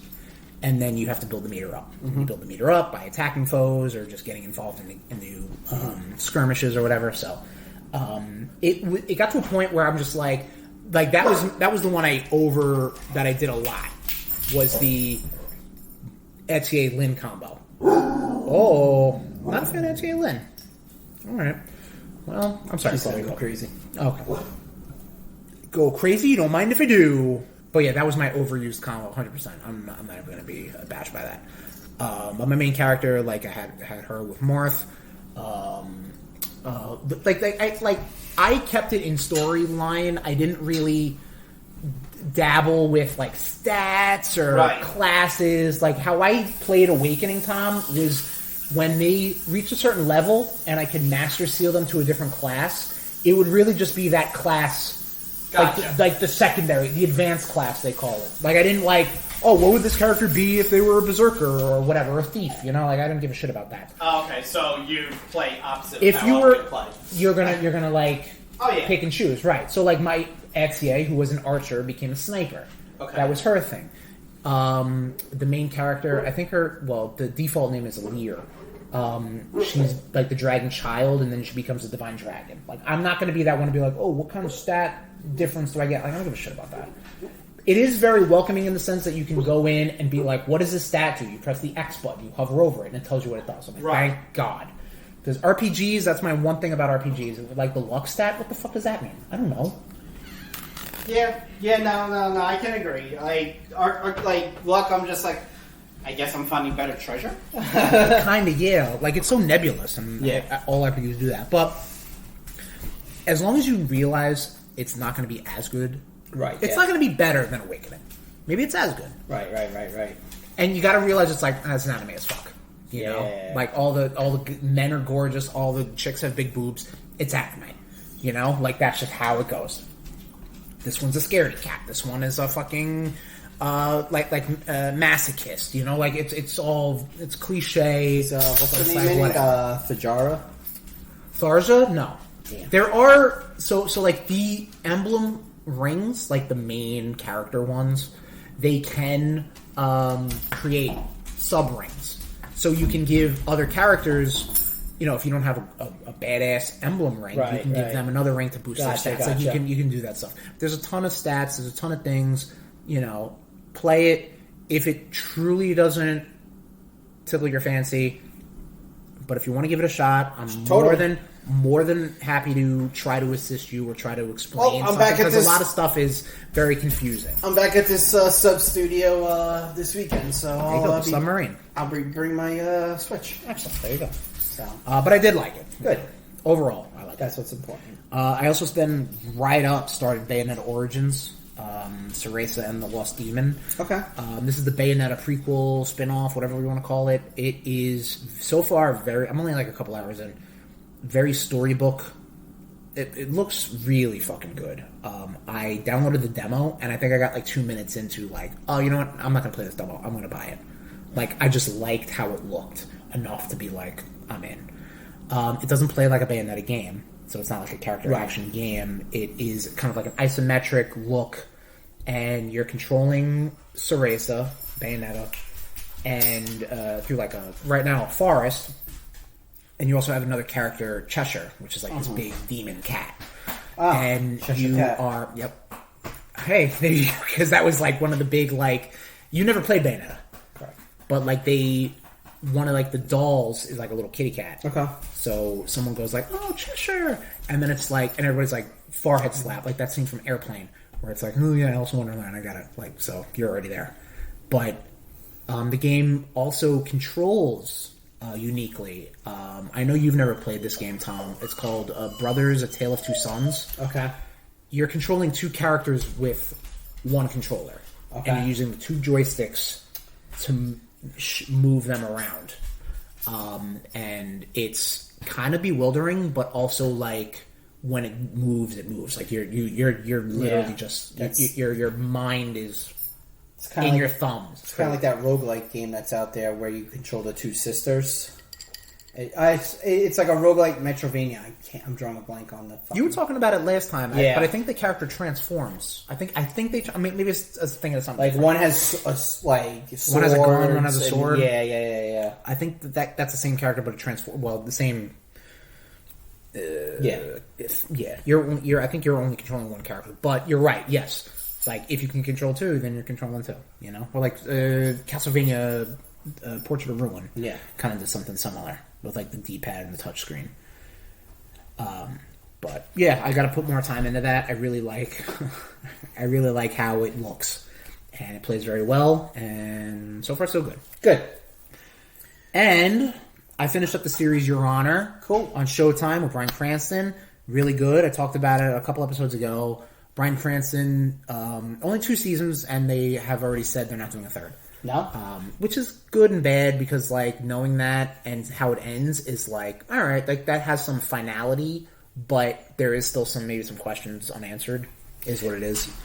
But I talked about it. He's a judge. His son has an asthma attack, hits another child.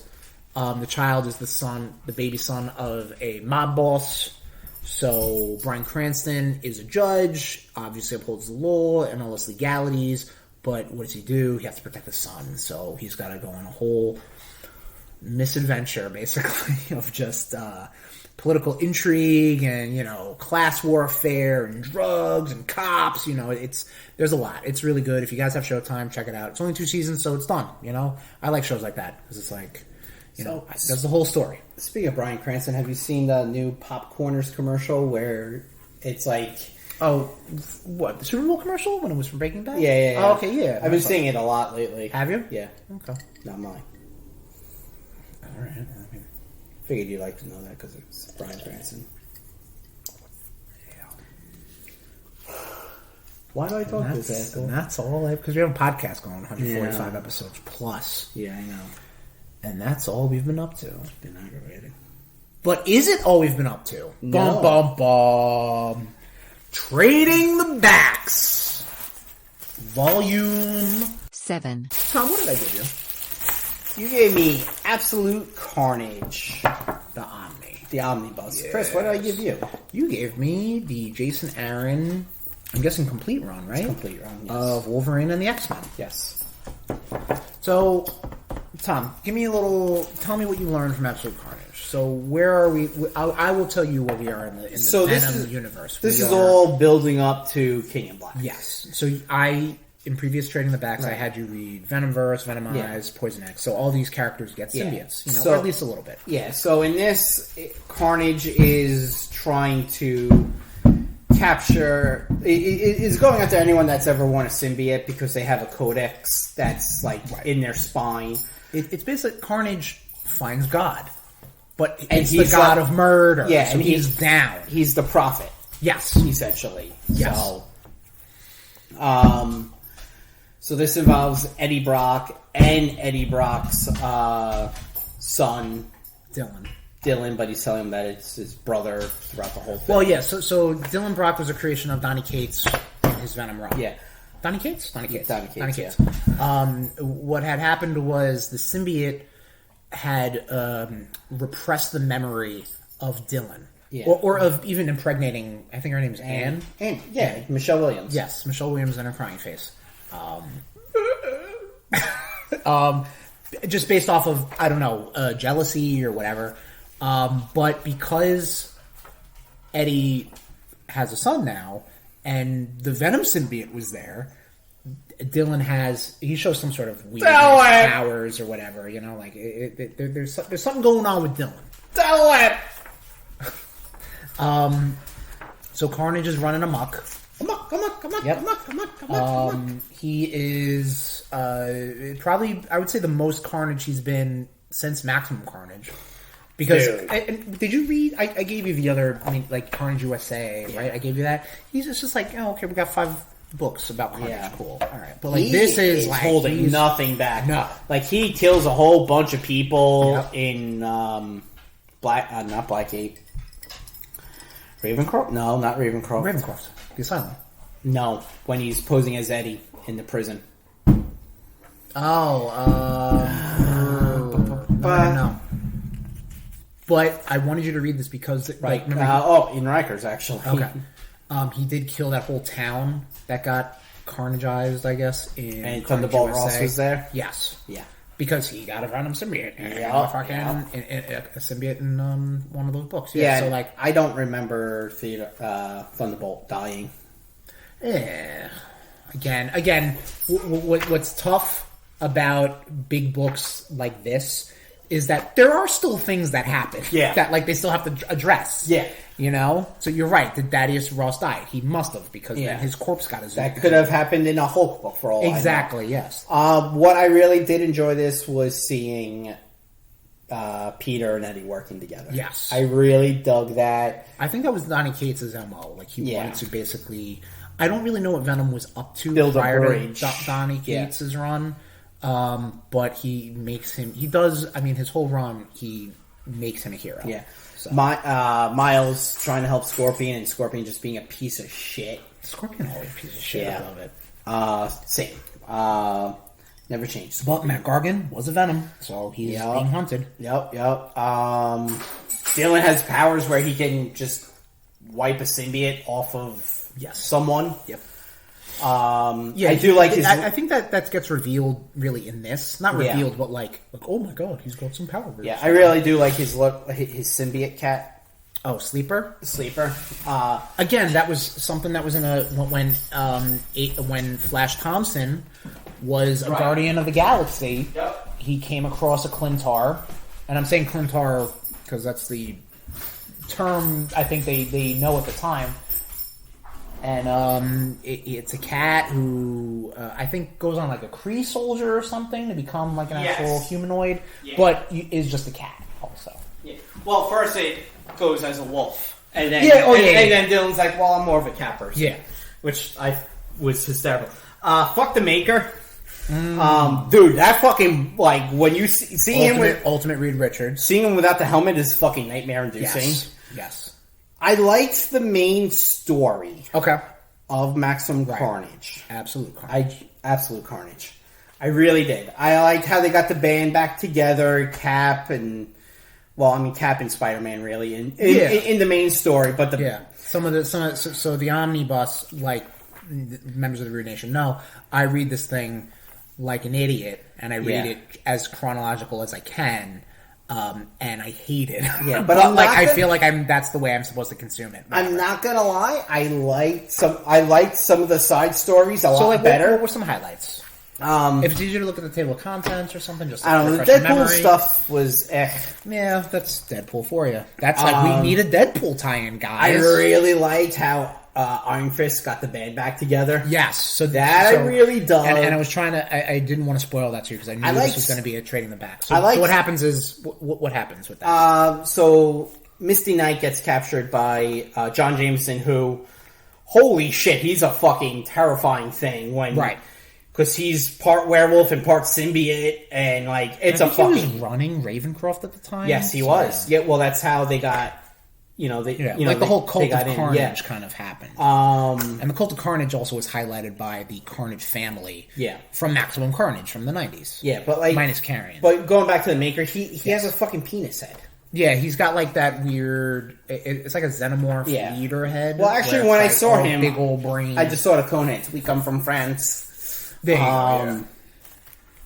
So yeah. Iron Fist gets the band back together. Yeah, that was fucking awesome. I really fucking dug that. Of course, the Council of Reeds are involved. Sure. I mean, anything I guess with the Maker, you have to. I did notice Iron Fist getting together members of the Maximum Carnage hero people, like Cloak and Dagger, Deathlock. The fucking banter between Morbius and Deathlock was fucking hysterical. Minus, I think, Night Watch. There's no Night Watch, right? No. Is there Firestar? Firestar's there, yeah. Okay. Because fire at that time. Well, yeah.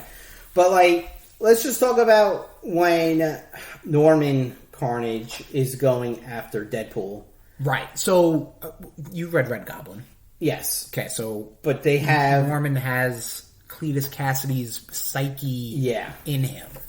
I do like the fact that they have this whole, like, they give the Norman Carnage the hair.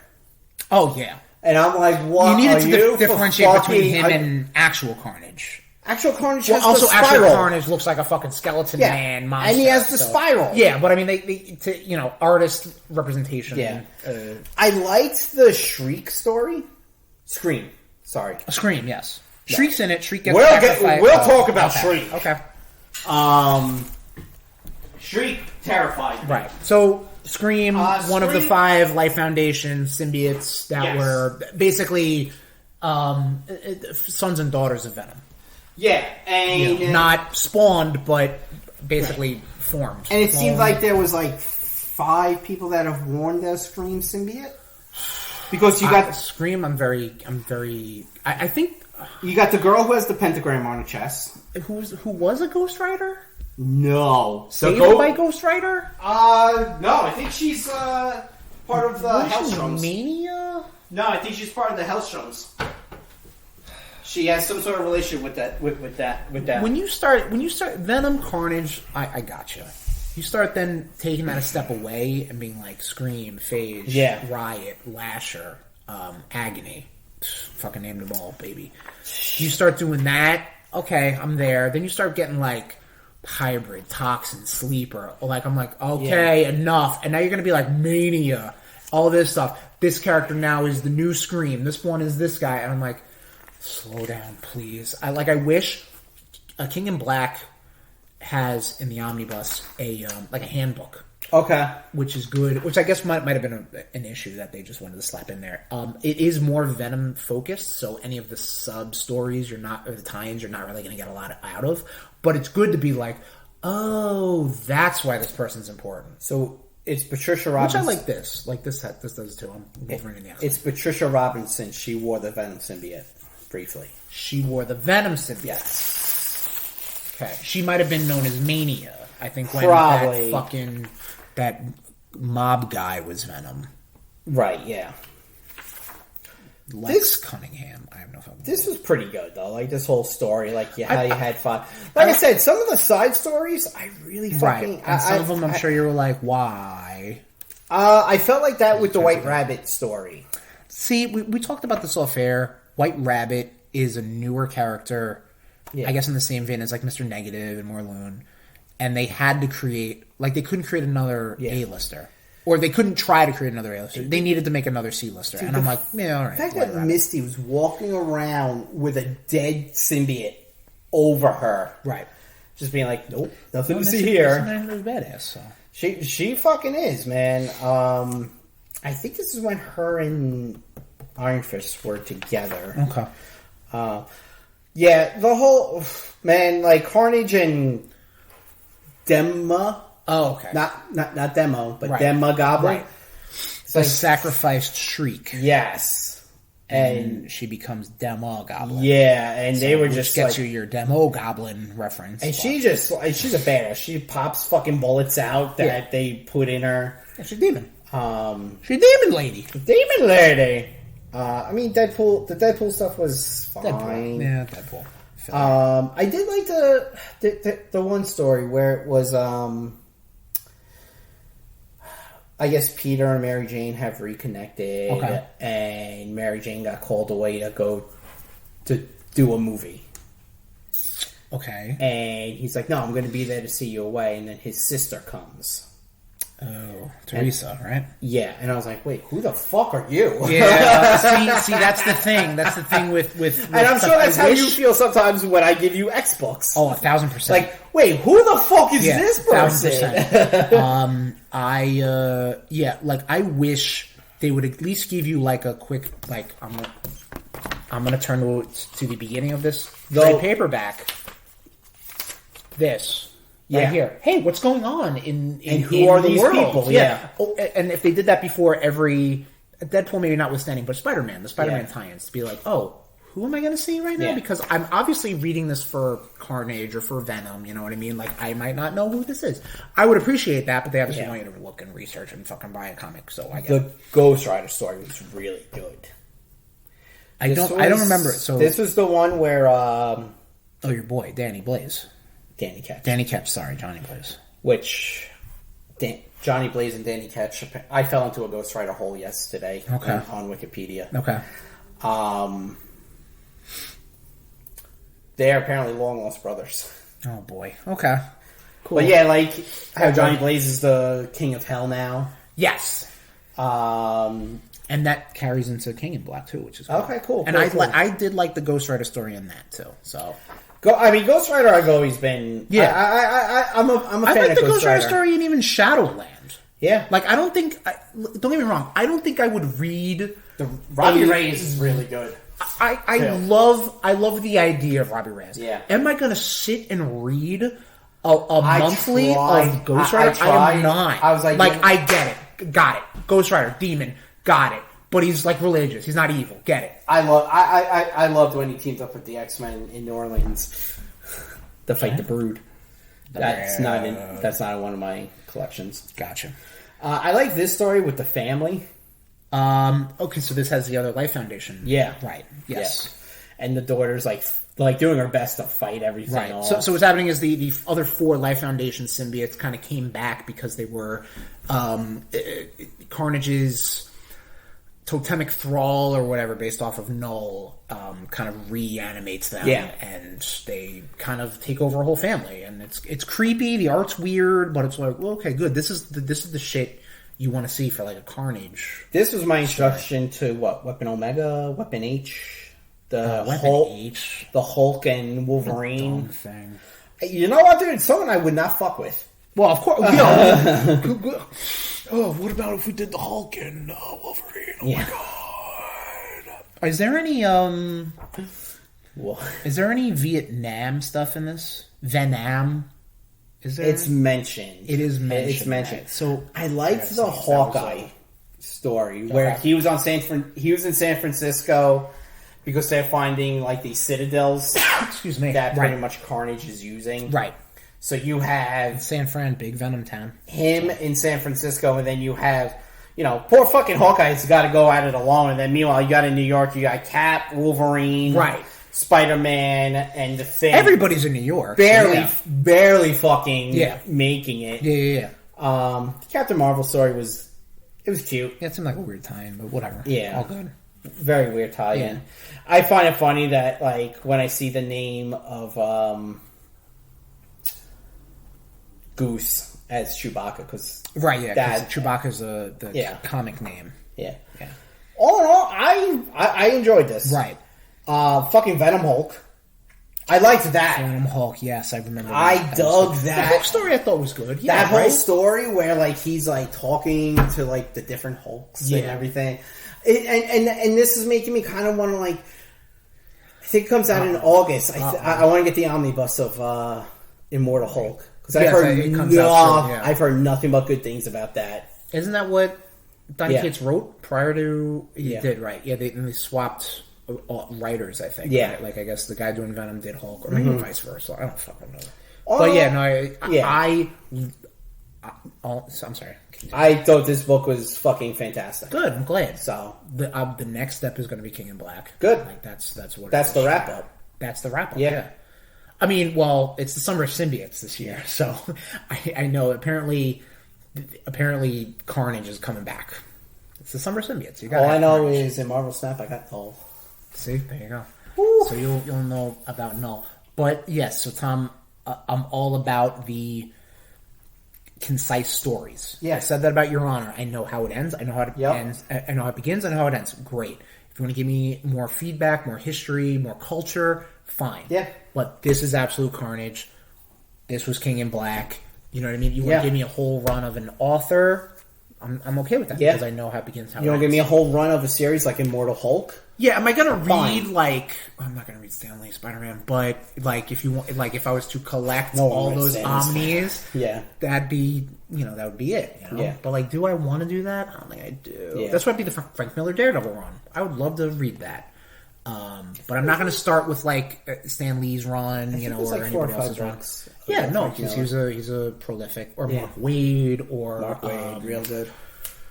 Bendis, or there's a fucking who's doing it now? Fucking Zdarsky. I would love that shit. There's going to be a apparently Zdarsky wrote a lot of Spider-Man outside of Life Story. Okay. And Spider Shadow. Nice. I gave you Spider Shadow, right? He apparently rebooted Peter Parker, Spectacular Spider-Man. Interesting. I'm curious about that. Okay. But that does negate my other collected stuff. Just wait till the graphic novels come out. So, Tom, you gave me Wolverine and the X-Men. Where are the X-Men right now? Well, I had to do some research. Yeah, I know. So this is post-Schism. What was Schism? It was X-Men Civil War. It was basically Wolverine and Cyclops fighting. Wolverine and Cyclops as the Captain America and Iron Man. But I mean, just be based off of ideology. Is it after Messiah Complex? Sure, I didn't go that far. Well, I think that's when like Nightcrawler died, and like Wolverine was just like, "I'm fucking done with you." Right. This one's shorter than the others. It's weird. Which one? 6. Yeah. See, that's weird. Oh, short that way. Yeah. No, I didn't take it to work and cut it. I might have to. Cut them all. God damn you, Christopher. So what Wolverine and the X-Men is, it is a Jason Aaron story. Who wrote Wolverine prior to this, right? And he apparently wrote some real fucking dark shit. Yes, I didn't know what I give it to Daniel Way for Christmas. Got me right? Daniel Way, which was right. Apparently, dark. Jason Aaron wrote. I got 2 more. I guess the whole point, if you're writing Wolverine, Well, Jason Aaron's wrote a lot of good shit. Like he wrote The Avengers, which is real good. No, he also wrote. It's a name I'm familiar with. I just don't know his Thor run. Oh yeah, right. I want to get his Thor run. Didn't he do Gore or no? Was that Jason Aaron? Gore, the God Killer. Wasn't that Jason Aaron? Yes. Yeah. Really think I might be doing Marvel Unlimited. Oh no. So post Schism. I guess really, I gotta say, Schism was Cyclops and Wolverine kind of coming to a head. Jean Grey's dead. Yeah. So there's a lot of tension between those two boys. Sexual tension. Well, we don't know that yet until Hickman's run. But just, a lot of testosterone, Right. They don't know how to get it out. Schism happens. I think what happens is are they on Genosha at the time? Yes. And then Genosha gets destroyed by Sentinels? Or Muir Island, or one of the other arbitrary Utopia, X-Men. No, I think Cyclops' team ends up on Utopia. I think Wolverine was on Utopia for a bit. All right, so maybe then they stay on Utopia. I think part of the fight happens on Utopia. Okay, so because I think at that time Osborn's running Hammer. Oh yeah, and I'm sure there's a lot. I'm sure there's a lot of weird tension going on in the Marvel universe. So basically, Cyclops and Wolverine split. They take a handful of X-Men with them, and what happens with Wolverine is Wolverine decides to open up the Jean Grey School. Let me get the thing right. The Jean Grey School for Higher Learning. Which is the new generation Xavier Institute. So Wolverine is headmaster. He takes along with him Kitty Pryde. He takes along with him Hank McCoy, Bobby Drake. I think Angel's up in the mix, or he becomes in the mix. Also, like Chamber, Rogue, Gambit, they're all there, but you don't really see them. And that's my whole... So, like, Tom had a very encompassed story of Absolute Carnage. In addition to Wolverine and the X-Men, Uncanny X-Men were still going on, X-Force. There were still other X books going on, so if you didn't want to read Wolverine, you could read, Cyclops' misadventures over there in Utopia. But Wolverine opens up a school. Yep. And a lot of the plot, and in the... I don't want to say post-credits, but like the last page of this is like Jason Aaron explaining why he wanted to write this. He wanted to write a fun book. He wanted to write something funny, lighthearted, as opposed to anything he wrote in Wolverine. Wolverine. I think was this before? I can't remember if this was before or after Gore. No way to know. All right, calm down. But so I was reading this, and at times I just felt like, why? And I'm going to explain it why. I'm going to explain it, Tom. And I don't want to hurt you, but I'm going to hurt you. I'm sorry. The introduction of a lot of characters. I guess you have to. Because apparently there's a new... I know the two you're going to Hellfire Club in town, and they're all ran by children. Yep. And you have, like, this fucking dude, Glob. Henry Glob. Henry Glob is awesome, dude. Is he though? Absolutely. He's a fun-loving ball of goo that came out to... He's not fun-loving. He's a dickhead. Wait, can I see? A big old dickhead. Can I see him? This guy. He ends up joining with the Hellfire Club and becomes a New Hellions. Yeah, but... No. No. As far as my first introduction, I'm like, why? So... I understand that this is actually leading up to... No more mutants has happened. So mutants are at they're an endangered species. Was that Julian Keller? I don't know who you're talking about. I have no fucking clue. Calm down. If it is, guess what? He never pops back up. Because he's not interesting to draw. You know who is interesting to draw? Hellion is awesome. You know who's interesting to draw, Tom? Dupe. What the fuck is Dupe? Is he Slimer? He's Slimer. He's Slimer. He was introduced in Ecstatics, which replaced X-Force in the 2000s. It was one of the worst fucking things to ever happen. Dupe? I don't get it. Yeah. Stop trying to make Dupe happen. But what about Brew? Okay, so Brew's arc is cool. In addition to X-Men having issues with time travel and futures and obviously human relations, they have issues with aliens. And one of the most famous ones is the Brood, which I will mention. But there is a good Brood, a Broodling, I guess you would call him, whose name is Brew. Really creative. And he's not just normal, he's very smart, he's intelligent, he's a vegetarian, he's this, he's that. He does have some dark sides. He ends up getting shot in the head by one of the baby Hellfire Club leaders, and he reverts back to an animal and then comes back, but he still has issues. That overall, and thank you for this entire run, I enjoyed that. What about Paige Guthrie? Paige, okay, so I know Paige from Generation X. I'm assuming a lot of these things happen in this nebulous area of X-Men that I'm unaware of when they talk about second mutations. So I think that's why, is that why Beast is way more cat and ape-like, I guess? Yes, yeah. Mutation? He was actually the first one to get a second mutation. Okay. Because I'm sure the artist was like, I'm tired of drawing them like those, I'm going to draw them like those. No, okay. So Paige Guthrie's Husk, her power is she can rip her skin off and become something else. Something underneath. Yes, like a chameleon. A lady made of fire or made of steel or Yeah. an alien, you know? So she's having a hard time trying to even, like all these entities, personas, whatever you want to say, are trying to kind of burst out. So she has an arc where she can't really, she feels... Control her shit. She feels ostracized from the more established X-Men, the more senior X-Men. She falls in love with Toad, who's there as the janitor. Then she goes bad. She kind of realizes that she... Or she kind of gets her head checked, and I don't know, she's back at it. Iceman's here, wearing pants.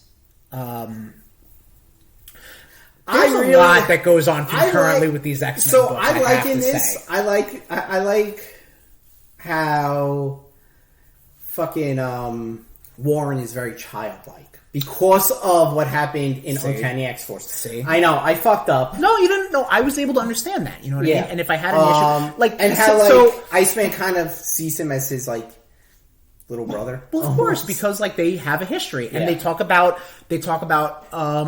have their relationship with Hank McCoy because they have history. They talk about their relationship with Scott Summers because they have history. Like that, I respect. I like that a lot. Right. But Iceman wearing pants, him and Kitty Pryde have a will they won't they? It doesn't really kind of it kind of fizzles out. They don't in these books. It doesn't happen. But it's different, right? I guess. I think this is after the young X-Men went back. No, they are in here. Right, yes. So that also happens because during this, Avengers vs. X-Men happened. Which I'm sure, and like, I know this now based off of reading more comics and specifically Comic Pop, the YouTube channel. When they talk about stuff like big tie-ins, they're like, a big reason, a big no-no. Or like when they do these big multi-run tie-ins because one person wants to write a story. Like one person wants to be like, what if the X-Men and the Avengers fought? Cool, great. It's happened so many times. Everybody stop what you're doing. Stop the story you're going to tell. Yeah. You're going to talk about Avengers vs. X-Men. Yep. Stop your Deadpool shit. He's got to fight Carnage. Yeah. You know what I mean? You're going to see that in King of Black. You're going to see that in any sort of big run because of course you are. It's a tie-in. It's a money grab. Another character they introduced in Wolverine and The X-Men is Evan. Kid Apocalypse. Yes. Really fucking dig that character. Overall I like that character because again I next trade in the backs I got Uncanny X-Force is so fucking good. Okay. So good. But like some of the characters they do introduce, like who's the fucking Kid Omega? I can't think of his fucking name. Quentin Quire. He is such a dick. OC Gary Stu character. He's so OP. And but like I get it. He's like supposed to be a fucking douchebag teen. Oh, dude. And like, does he really? No, he gets the Phoenix Force at the end. Like, he was such a douchebag in New X-Men because they did New X-Men when Xavier pretty much made the school public. Okay. And so, like, Cyclops had a group called the Starjammers. Sure. Emma Frost had Why don't you just call it Daddy Issues? Emma Frost had a group called the Hellions. Honestly, you know what's funny? Danny Moonstar had a group called the New Mutants. I did not put together that the Hellions and the Hellfire Club were related until this. I was like, oh, fuck, you're right. I didn't realize because they create the new Hellions, air quotes. I know Julian Keller was...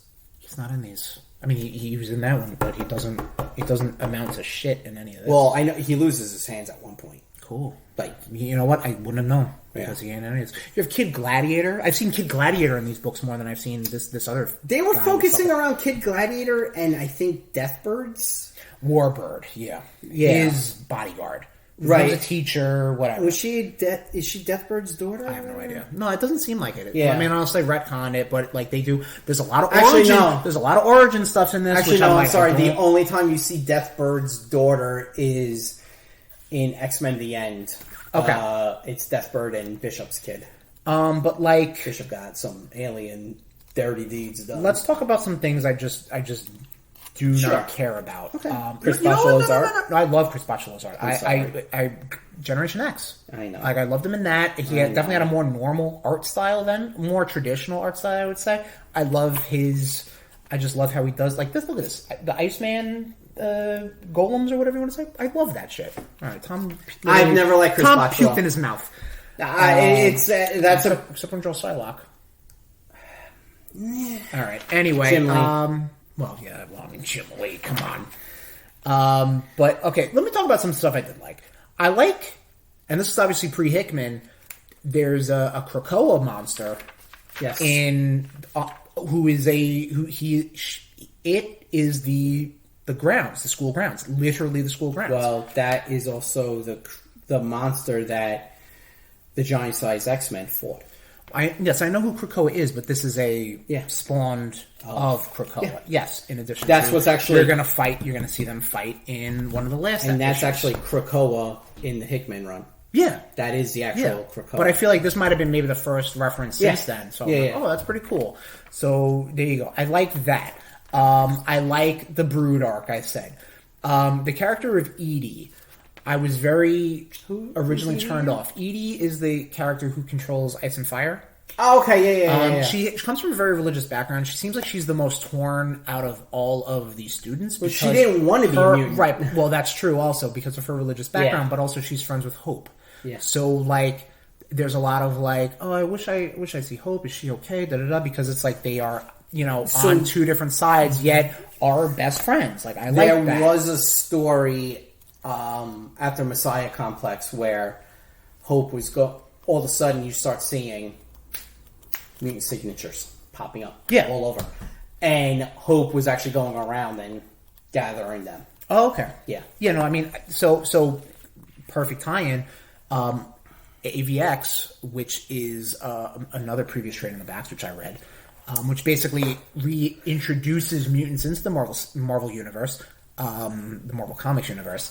I enjoyed these tie-ins. Like, they were not necessarily, I don't want to say necessary, but like, now that I know the core story, this was good. Because I'm like, oh, what happens when Colossus has the Phoenix Force and he wants to try to win back Kitty Pryde? And that he takes her on a date and like... And it's like the Red Sea. Parts the sea. Exactly. And he just reaches and grabs a fish. Yep. I liked, there was something else in this one issue that I think I liked. So then after AVX, when now there's more mutants, then they introduce more characters. And I think the beginning of the one you're flipping through now is when Wolverine and Storm started. Yes, I like and having T'Challa's Storm like back in here. Yes, anyone but him. And that's where I think Wolverine cuts her hair. Yes. It does happen, but yes. One of my fucking Storm with a Mohawk is one of my favorite things. I like this arc when they went through the Savage Lands. Yeah. The arc where they were fighting Frankenstein. Yeah, and like you notice how I passed over that? That was weird. You notice how I passed over weird, that? yeah. It was a weird book. I enjoyed it though. I like, there's this one bit where Wolverine has to go shut down a Sentinel factory, and he runs into Cyclops, who also wants to shut down the weapons factory, the Cyclops, the Sentinel factory. It's like a buddy cop movie, right? Yes, and it's good because it's like they're both obviously on the same on opposite ends. Mm-hmm. Obviously, Scott Summers is fresh off of killing Professor Xavier, so like, what the fuck do they do right now? And getting broken out of jail. No, he was palling around. They had the new Xavier Institute at this time, according to this. Well, no, I mean he went to jail for that. Okay, cool. Well, he's out of it. Well, he got broken out. He's out of it. I think Emma broke him out. All right, well, don't yell at me. I don't know why you're yelling at me. Whoa! Stop being sensitive. I liked. It was in here. Yeah, with So what's going on with their powers? Because apparently they're mentioning something that Wolverine's healing factor isn't working and. Cyclops isn't as strong as he used to be. Apparently was leading into X-Men vs. Inhumans. Where Black Bolt was gonna... Because they found out that the Terrigen Mist was killing mutants. Boy, okay. Cool. The Inhumans wanted more Inhumans. Sure. So they were releasing the Terrigen Mist. Oh, interesting. Now, at that point, Beast was like a liaison. Yeah. To the to the Inhumans. Johnny Storm was sleeping with Medusa. Because Black Bolt was just like, I'm fucking done with all this drama. I'm out. I'm going to the blue area of the moon, I think. Yeah. What the fuck was Hulk doing in there? Oh, it's a Kid Gladiator story. Oh, okay. Yeah, Kid Gladiator, I don't know. So that's what's going on with the mutants at the time. There's this arc in the last issue right before not the last collected edition, that is before the air quotes graduation day, where these two characters, I think from S.H.I.E.L.D., because S.H.I.E.L.D., I guess post AVX, is really now into mutant relations because they're like, you guys could fucking wipe us out. Like, we need to keep an eye on Was it you. S.H.I.E.L.D. or Hammer? S.H.I.E.L.D. It was, okay. Ran by Maria Hill. Right. And Dazzler's there. But Dazzler's also Mystique. So Mystique is doing side business. She gets two orphans who have some sort of mutant genome to make them look like monsters. But it's a lot of self-reflection of the characters that we've met thus far. So like Quentin Quire, Edie, Kid Gladiator, Eye-Boy, Shark Girl, Eye-Boy is actually Lava Man. No, I'm kidding. Sprite, Brew, and Kid Apocalypse. Eye-Boy is Genesis. Eye-Boy is surprisingly more powerful than people give him credit for. Yeah, because he can see like anything. He can see magic. He can see. He can see magic. Illusions. He can see into whatever. different dimensions. So I like that. Yeah. Do I like the fact that he is covered in eyeballs? Absolutely. I do not. That's like some H.P. Lovecraft looking shit. But see, this is like. So it was hard for me to get into this because I know this is coming from a gray area of X-Men where they're just like. Obviously, there were a lot of mutants. And no more mutants had to be like, fucking stop, slow it down with that mutants. But this is what's left? Yeah. Blob, Dupe, Eye-Boy, Shark Girl. So that's what I liked about this. And I do like it tells the final story because like one of the end issues is Logan in the future looking back on his, what he did. Is that the real future? I don't know. Because doesn't Death of Wolverine happen after this? But again, he's back. Was that the Hickman run? Was that part of the... No, it's not part of this. Actually, he came back before the Hickman run. No, I know he came back before the Hickman run. Way before the Right, Hickman no, I get that. I get There's that. a whole book called The Resurrection of Wolverine. I get that. Because people don't die in comic books. Unless your Uncle Ben.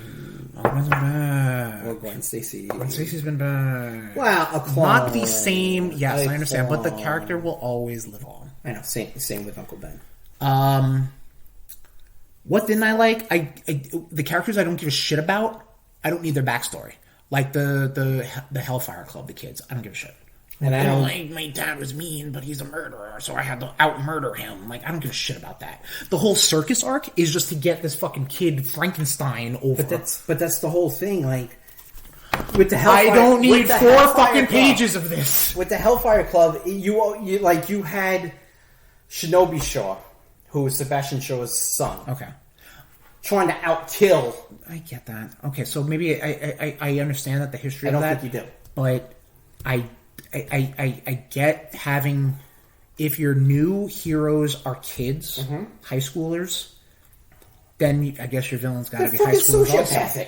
So having, I love the idea of Hellfire Club. I love the idea because it's like, instead of superheroes, super mutants, super villains, I'm sorry, they're just people with power. You know what I mean? Who also are mutants sometimes, maybe not, maybe are, who knows? Who knows? The only time with the Hellfire Club I didn't see a offspring trying to outkill a parent was Warren trying to outkill his father.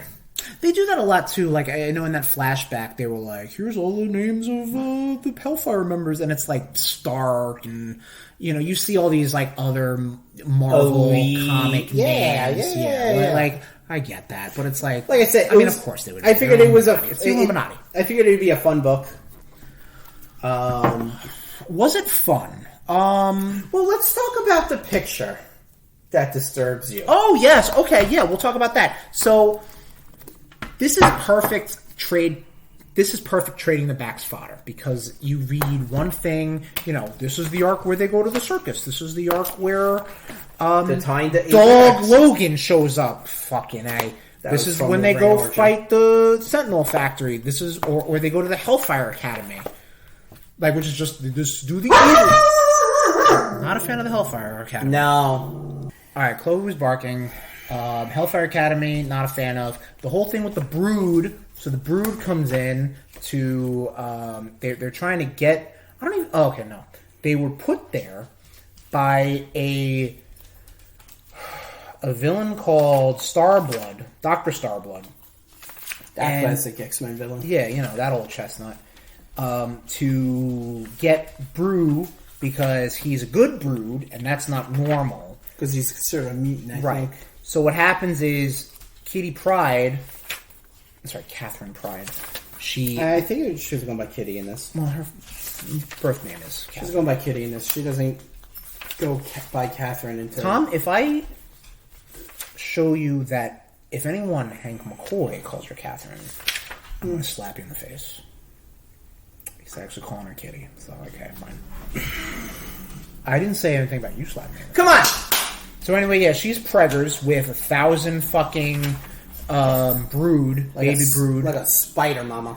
And it's like, what the fuck is going on? So the picture I posted to Tom, which is on our Instagram, is pregnant Katie Pryde with her feet in the air and her tummy all fucking big and just fucking alien creatures with tails and claws and shit. And I'm like, someone jerked off to this. Like, And it was giving Chris odd sensations.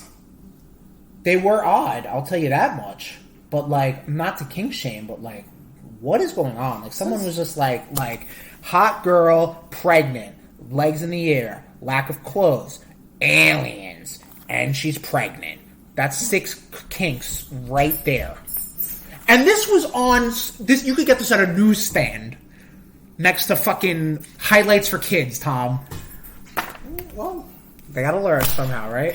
parents need to learn how to... Some of the arcs I could have done without, but I know what you're saying. I just want to do a fun romp through the mutant stuff. Dog Logan, I think, is stupid, but whatever. You never read X-Men Origin. Nope, definitely didn't. I do not have the graphic novel. Frankenstein's monster showing up, like, whatever. I guess overall I didn't like it. I wouldn't call it fun. Really? Yeah, I wasn't like, ooh, this is what a fun time. I mean, but again, I don't have... The same love. I want to see these guys kick some ass. I don't give a shit about these kids. Fuck them kids, Tom. Fuck them kids. But I get it. You needed the... And I mean, how often do the X-Men, or does an X-Men story really talk about school? Correct. I mean, does it happen? Yeah. It seems like they just go on missions. Yeah, you know? I mean, it takes place in the school. Yeah. It takes place... There's a school there, yeah. sure. That's their headquarters, yeah. But, like who's teaching fucking the original 5? Professor X? Mm-hmm. Okay. And then what happens? And then they just really focus on being adventurers when Right, Havoc exactly. and Polaris come. So I think what I gotta credit Jason Aaron for was just like, all right, it was a school. Yeah. So let's deal with that. Let's take them And to school. who is the person, Baru? Who is the person to be the most unfit? Oh my God, what's gonna happen to lead a school? Wolverine. But great arc because he. And they explain this into here for people who are not familiar with the whole X-Men mythos, was that he was a loner, and he came into the X-Men accepted for everything he's done, and he believes in Charles Xavier's dream. Yeah. So, what I mean, so like, but I gotta say, because what's good and bad about having this just full run of Wolverine and the X-Men, there's a lot of things that get left out. Like, so Nightcrawler's dead prior to this, right? You got the Bamfs, who I had to ask you about because I didn't want to look it up because I don't get spoiled. Yeah. But like, there's some shit with Azazel in here which never gets talked about. Well, that's Nightcrawler's father. Yes, but it never gets talked about. Yeah. Apparently, Nightcrawler is back, but that never gets talked about. It's teased. He actually doesn't come back till X-Men Blue. Well, fully come back. Right? Yeah. No, he's like in like a post credit, like perfect right there. Yeah. So like you're thinking, ooh, the next one might have Nightcrawler. And it no, it's a fucking Kid Gladiator romp around the universe. And there's a whole. There are books called X-Men Gold and X-Men Blue. Right? Yeah. Which I'll get eventually. No, I don't think Chloe wants you to do that. Yeah, I don't care what she thinks. All right, well. Overall, I liked it. Good. It is a lot of my unfamiliar. I'm unfamiliar with the X-Men. I know of the X-Men. 2 drinks in this kid. I can't. That's a tough word. Say the word. What I'm trying to say. Unfamiliar territory. That wasn't what I was going to say. But that's essentially what you should have tried to say. Okay, but I did do that. I'm not familiar enough with the X-Men mythos up to this point. Like, I know Iceman, Angel, even though he's like a child reborn. Got it. Okay, I can understand that. Hank McCoy, still kind of a wacko. Kitty, Husk, Toad, get it, got it, good. Quentin Quire, don't give a shit. I don't. Quentin Quire is fucking fun. Okay, I don't care. He's just like, fuck the other kid, teenager. Like, I hate that. He wanted to start a rebellion several times, and he failed several times. I get that. He was trying to unionize. Okay, go ahead. The other mutants. Okay. How? By getting them all under one umbrella. Okay, that's, you wouldn't think that the established X-Men would do that. I think he said he was trying to do a revolution, and I don't think he had an end game. He just wanted chaos. Can say. Okay, cool. That's not how to say that. Yeah. Anyway, I like that. Good, I'm glad. And on that note, we're over 2 hours right now, trading the backs. Big, beefy episode. Oh, I love beef and slapping meat. God. I'm going to hand these back to you, Tommy. I'm going to take this bag. Yeah, that's got Fire Emblem in there as well. So that is Trading the Back, Volume 6. Oh, yeah. All done. Next episode. Yeah, where's the next episode, Chris? Besides some jerk's birthday. Well, yeah, we did talk about this, right? You do know what your... You do know what next episode is, though, right? Nope. We talked about this. We did? Yes, we did. So Tom and I, this post-WrestleMania hangover... Oh, right! There it is. We're a little burnt out. The merger with WWE and UFC, Vince McMahon's back, AEW is, what are they doing? Like, we want to try to reinvigorate our general love for professional wrestling. Not necessarily the product or whatever, but what we want to do, we're going to open up that forbidden door. That's not a Morbius impression, that's a door creaking open. So yeah, we were trying to do Malachi Black. Oh, God. Yeah, no. What we're going to do, Nation, is we are going to make up a card for our own WWE versus AEW Forbidden Door. Right. We're going to reach out to you, Nation, what sort of matches you would love to see between the two promotions. Is that going to affect our decision? I'm going to say no for me. Yeah, okay, cool. I'm glad we're on the same page. So I've got some stuff cooking. Champion versus champion. We'll talk about it. But that's what we got going on. Guy brings this idea up to me on Monday. It's fucking Thursday by now, and I remember. That's your fault. I don't know how that's my fault that you didn't remember. You should know my brain lesion issue. I do. I know it. You're gonna have to fucking get better at it, my guy. Okay. Okay. But thank you for joining us for the RudeBoyz Power Yes. Plus. Big long episode. Sorry for the delay. Trading the backs. Took a lot out of us. We wanted to give it the attention it deserves. And there's a dog scratching her head. Perfect. Dog Logan. We're on social media platforms. Facebook, Twitter, Instagram. Just search for RudeBoyz469. I do stream some stuff. I did keep Resident Evil 4. I will stream that at some point this year. Probably Rudetober. That's twitch.tv/RudeBoyz469. Gonna have to be there holding him. Yeah, please. But any archive stuff, we have a YouTube. You have YouTube? Yes, we do. That's youtube.com/@RudeBoyz469. I'm glad you laugh at that, because that really does affect our audience engagement. Because if you talk over Engagement. There's no way to know. Well, we got the .com. That's all that matters. We're superstars, baby. Fucking A. Superstars, baby. It's just superstars. All right, Dusty Rhodes Reborn. We're on a multitude of podcast platforms: Apple Podcasts, Google Podcasts, Stitcher, Spotify, TuneIn, and anywhere you can get your podcasts. But our headquarters, our home away from home, our Jean Grey School for Higher Learning, our New York fucking Ravencroft fucking Institute. I don't even know where. Okay, you can find that at RudeBoyz.podbean.com. Hit that absolute bean. If you want to hit me up on social media, I'm at Tesherms, TEH_SHERMS. Tommy?